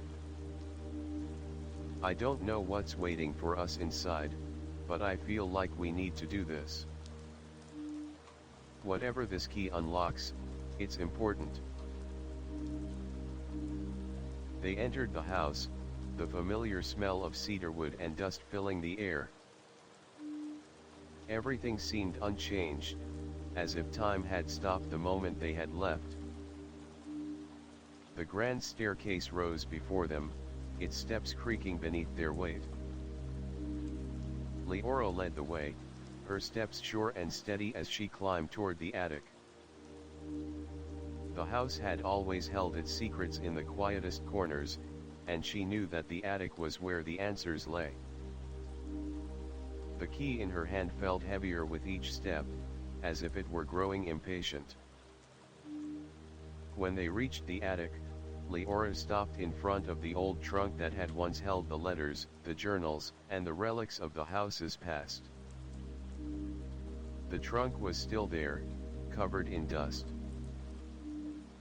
But beside it, something new had appeared, a locked cabinet. Leora approached the cabinet, the key in her hand trembling with energy. She placed it in the lock, and with a soft click, the door swung open. Inside, there was a small chest, wrapped in tattered cloth. She pulled it out and opened it carefully. What she found inside made her heart stop. It was a portrait. A painting of a woman, her features delicate and refined. She looked almost identical to Elena, but there was something else in her eyes, a depth, a sadness that seemed to reach out from the canvas. Leora's breath caught in her throat. The woman in the painting wasn't just Elena. She was her. Leora's own likeness stared back at her from the canvas, her face older but unmistakable. The same eyes. The same expression. Micah leaned over her shoulder, his voice hushed. "Is that you?" Leora nodded slowly, her mind racing. She reached for a small note that had been tucked into the frame of the painting, and she unfolded it with trembling hands. "The keeper is always born of the house. And when the house calls, the keeper answers. But remember, there can only be one. And once you take your place, there will be no turning back." Leora's heart hammered in her chest as she processed the note. Born of the house.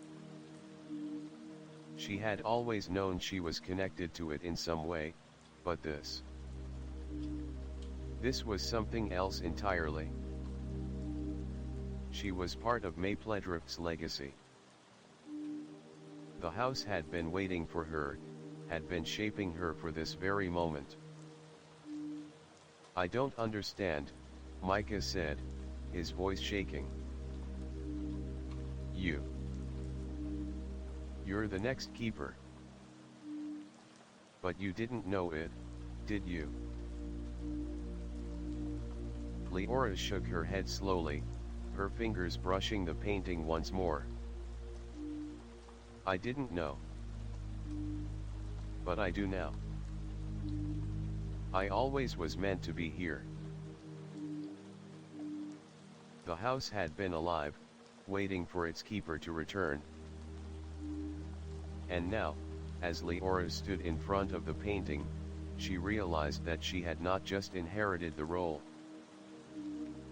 She had been the role all along. The house, the land, the legacy, it had all been leading to this moment. She was bound to it, just as Elena had been bound before her. But what did that mean for her future? And for Micah? Would the house claim them both, or would it set them free? Act 11, The Keeper's End. The house loomed before Leora, its presence more oppressive than ever.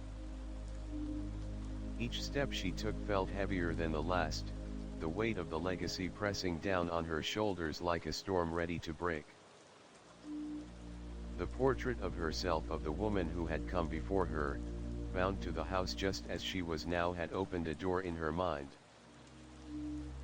A door to the truth. The house had been waiting for her all along. It had always been her destiny to become the keeper. But what did that mean for her future? Micah stood beside her, his face a mixture of awe and fear. "Leora," he said softly, his voice filled with uncertainty, This is your destiny, isn't it?" Leora didn't know how to answer. She had always felt like an outsider, like she was running from something, but now, standing in front of the house, she realized that she had never truly been running at all. She had been coming home. "I didn't choose this, Micah," she said, her voice shaking. "I didn't ask for it. But now, I can't deny that it's mine. I'm part of this house. I always have been." The house was quiet, still, as though it was holding its breath, waiting for her decision. The stone walls, the winding corridors, the darkened windows, all of it felt like it was watching her, waiting for her to make the choice that would determine her fate. Leora stepped forward, her heart pounding in her chest. The key, still in her hand, seemed to hum with power, as if it were alive, guiding her towards something she didn't yet understand. She had the power to change things, to break the cycle. But did she have the strength to do it? Could she really leave the house behind? The door to the main hall creaked open slowly, revealing the darkened interior of the house. The hallway stretched out before her, its shadows long and foreboding. She could feel the house calling to her, pulling her into its depths. And then, she saw it. At the end of the hall, the door to the attic was ajar, as if it had been waiting for her. The door that had once been sealed, the door that had held the final secret of the house. Leora felt her breath catch in her throat. The attic was where it had all started: the journals, the letters, the relics of the past. It was where the house had first revealed its true nature to her. And now, she knew, it was where the final choice would be made. "I have to go," Leora said, her voice firm. "I have to face whatever is left." Micah nodded, though he didn't move. He was afraid, and she could see it in his eyes. He knew what this meant. He knew that once she entered that attic, there would be no going back. "Be careful," he whispered. The attic was dark, the air thick with dust and the scent of old wood. As Leora stepped inside, she felt the weight of the house settle around her. The walls seemed to close in, the shadows deepening. The chest that had once held the key to the house's secrets was now open, its contents spilled out across the floor.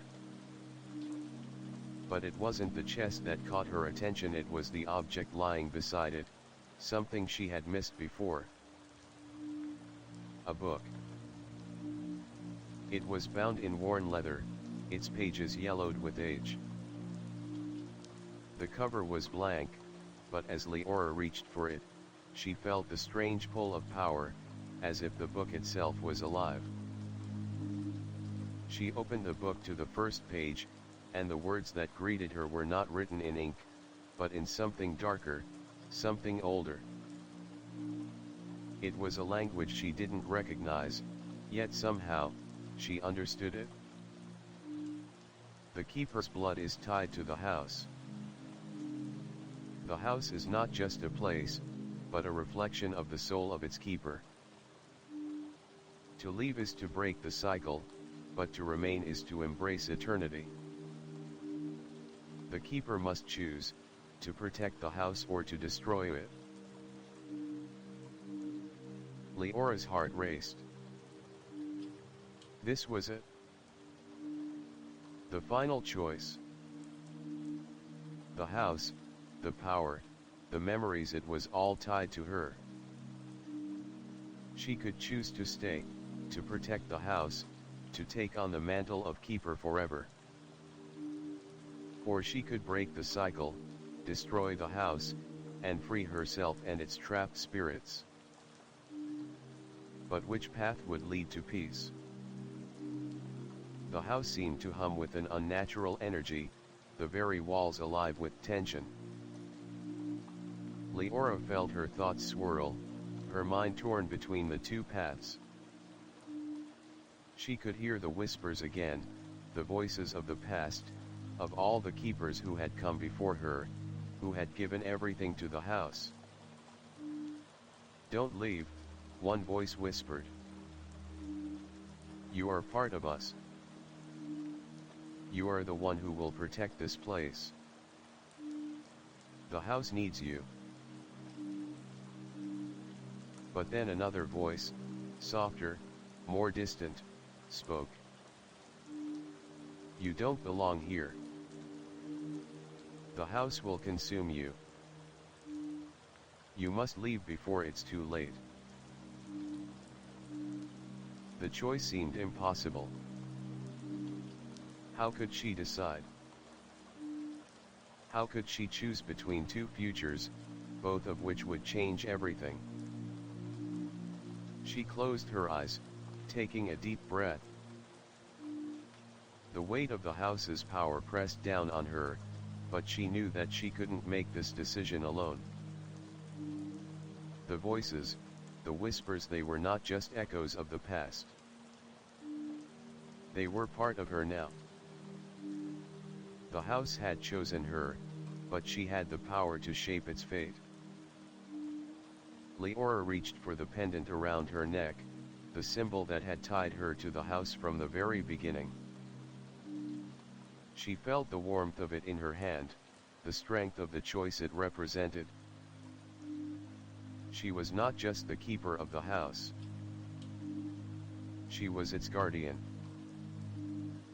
And with that responsibility came the power to change everything. Leora stood tall, her heart steady as she made her decision. "I will protect the house," she whispered to the empty room. "But I will not let it consume me. I will be the keeper, but I will reshape it. I will make it a place of peace, a place where memories can rest, and where time can flow freely." The room seemed to respond to her words, the energy in the air shifting. The house had heard her, had accepted her decision. And as she turned away from the attic, she knew that her journey was far from over. But now, she had the power to choose her path. Leora and Micah left the house behind, their steps light with the knowledge that the cycle had been broken. The house had been freed, and so had they.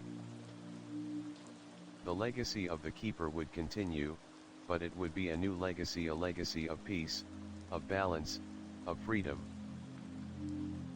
And as they walked into the horizon, leaving Mapledrift House behind them, Leora knew that whatever came next, they would face it together. The end. Or is it? The legacy of Mapledrift House will continue to echo through time, but now, it is no longer a tale of captivity. It is a tale of freedom, of choice, and of the power to shape one's own destiny. Act 12, The House's Final Whisper.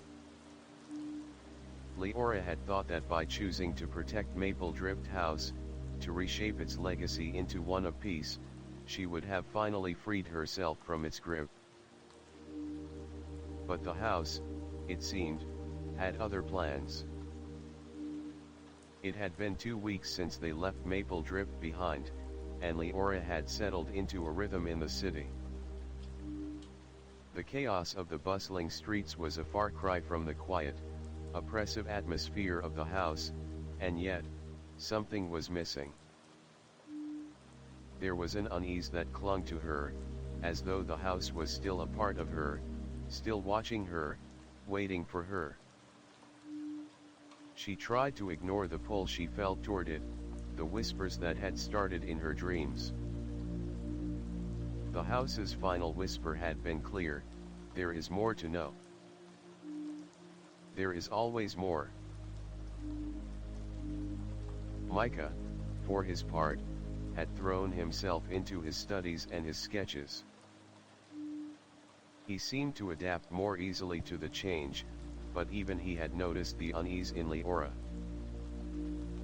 He could see it in the way she would drift off during conversations, her mind clearly elsewhere. One evening, as they sat together at their small apartment, Leora sat with the map of the house in front of her, the key to the house still in her hand. She couldn't explain it, but something about the key had begun to resonate with her once again.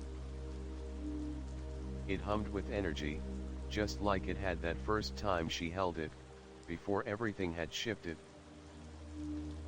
"I don't think we've finished," she whispered to herself, more to the key than to Micah. Micah glanced up from his notebook. "What do you mean?" Leora hesitated, glancing at the key in her hand.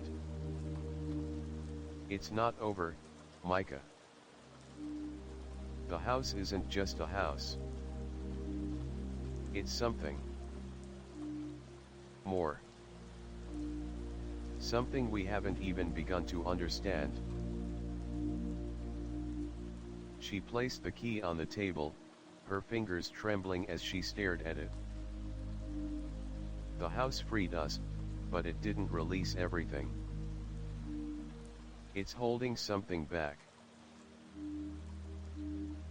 Micah stood up, walking over to her. What are you saying? That the house is still calling us. Leora nodded, her mind whirling with the strange feeling that had been growing stronger in her chest every day. I think it's trying to tell us something. Maybe we weren't meant to just leave. Maybe we were meant to uncover the final secret. That night, Leora lay awake, the whispers growing louder in her mind. It wasn't a voice, but a presence, something pulling her toward Mapledrift House, urging her to return. The choice she had made to stay had not been the end, it had been the beginning of something even greater. The next morning, as dawn broke over the city, Leora stood before the window, staring out at the skyline. We need to go back, she said to Micah, her voice steady but filled with determination. Micah looked up, startled. What? You can't be serious. After everything we've been through, you want to go back? I don't have a choice, Leora replied, her gaze far away, as though she could see Mapledrift House in her mind's eye. There's something left. Something we missed. And the house is waiting for us to find it. The journey back to Mapledrift House was long, filled with quiet tension. As they approached the familiar, darkened gates, Leora could feel the weight of the air change. It was heavier now, as if the house itself was aware of their return. When they reached the door, Leora hesitated before pushing it open. The house was silent, eerily so, but there was something in the stillness that felt different. The walls no longer seemed to hold memories of the past, but instead whispered of something new. She turned to Micah. We need to go to the attic. It's the only place left. Together, they climbed the staircase, the familiar creaks underfoot echoing in the stillness. When they reached the attic door, Leora hesitated before turning the handle. Inside, nothing had changed. The trunk was still in the corner, the journals still scattered across the floor. But the atmosphere had shifted. The air was thick with an energy she hadn't felt before, something ancient, something powerful. Leora stepped forward, her heart pounding. There, sitting on the table, was another object. She hadn't noticed it before. A small, black book, its cover embossed with the same symbol she had seen in the map. The concentric circles. She opened it carefully. The first page was filled with words she didn't recognize, ancient text that seemed to glow in the dim light of the attic. As she read the words, a sudden rush of understanding flooded her. The house had been a portal, a threshold between worlds, but not just any worlds. Between timelines, between memories. And now that she was the keeper, she had the power to control it. But that wasn't all. The book's final pages revealed something darker, something she had missed the first time. The keeper's final choice will reshape time itself. To break the cycle, the keeper must sacrifice their connection to the house. But the cost is greater than time alone. The house will take what is left. Leora's breath caught in her throat. This wasn't just about protecting the house. It was about choosing which reality to embrace, which timeline to preserve.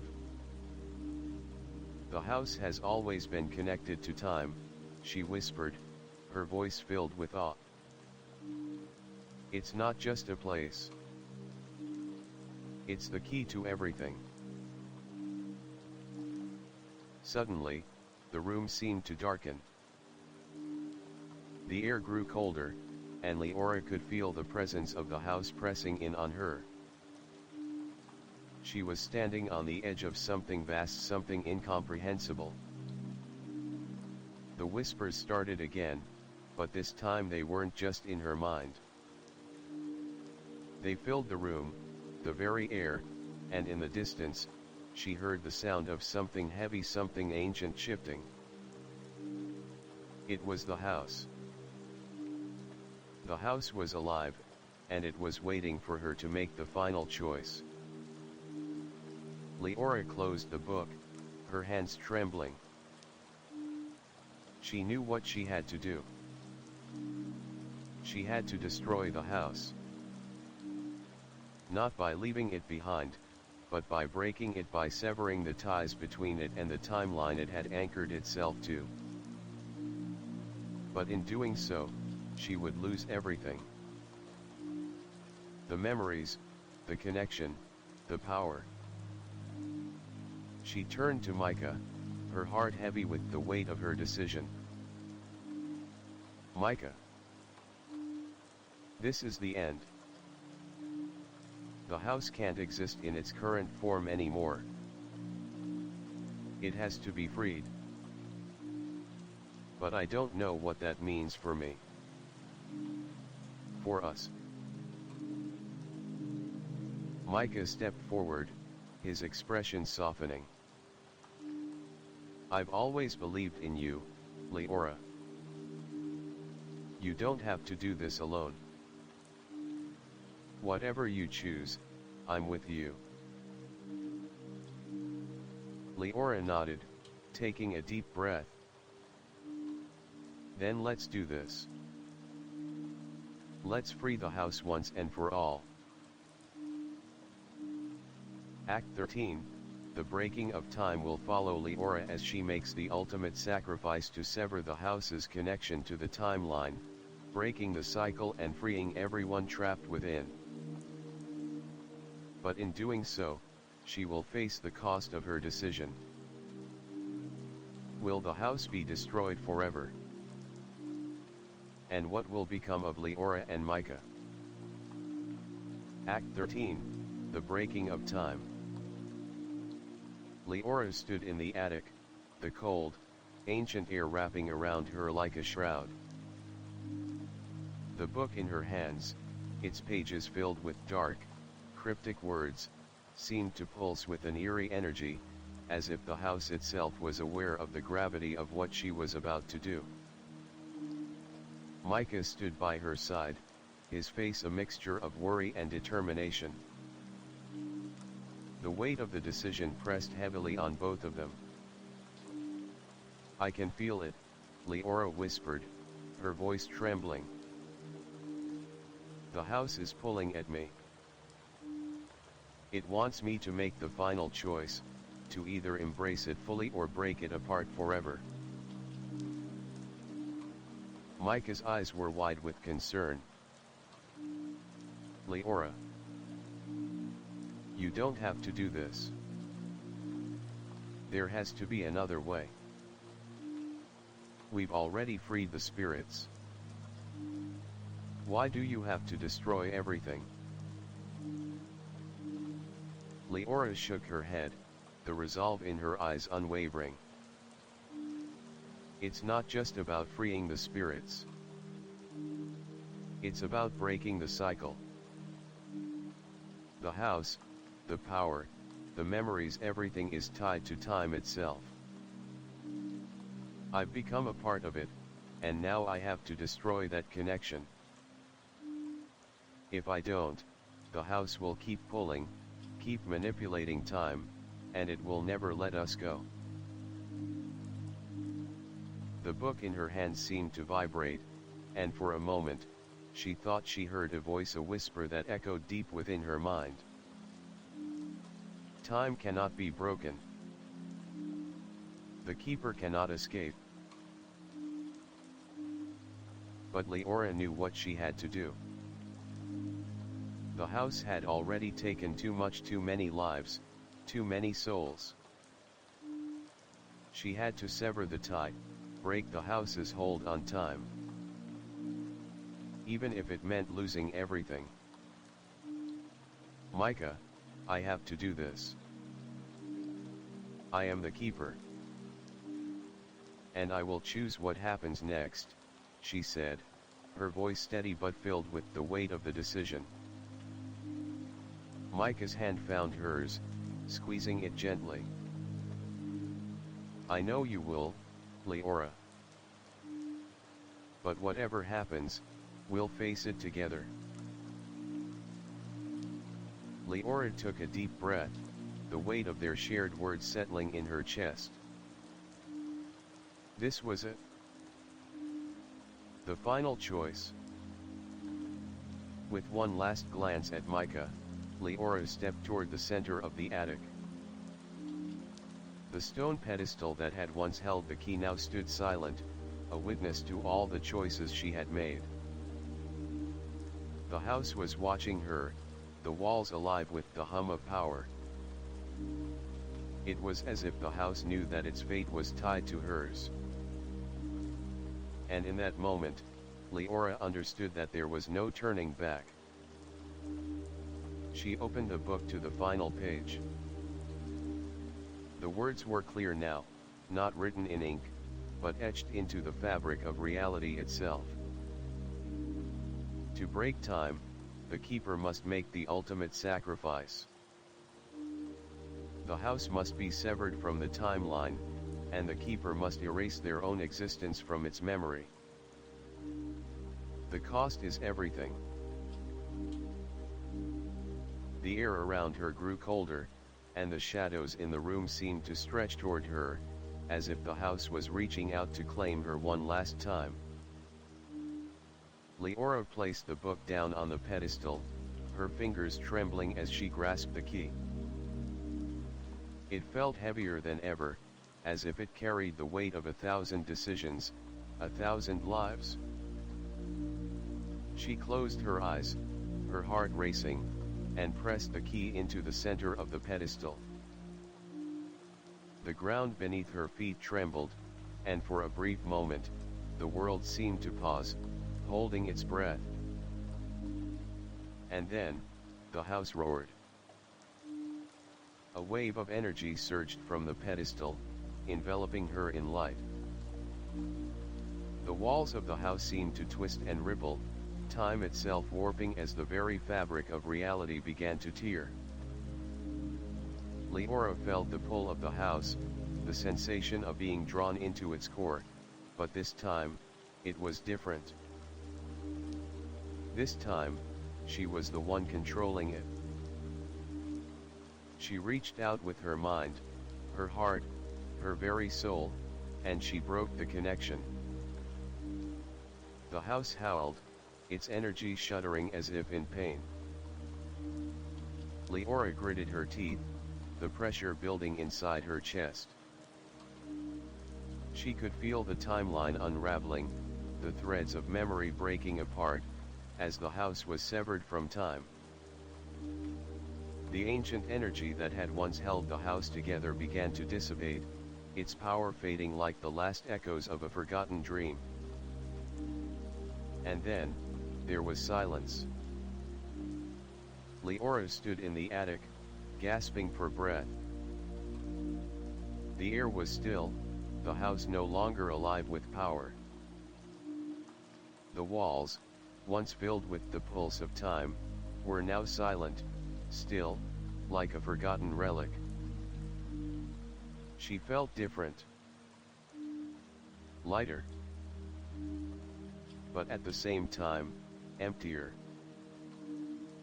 The house, the power, the legacy of the keeper, they were all gone. And with them, so was part of her. Micah stood by her side, his hand on her shoulder, his eyes wide with disbelief.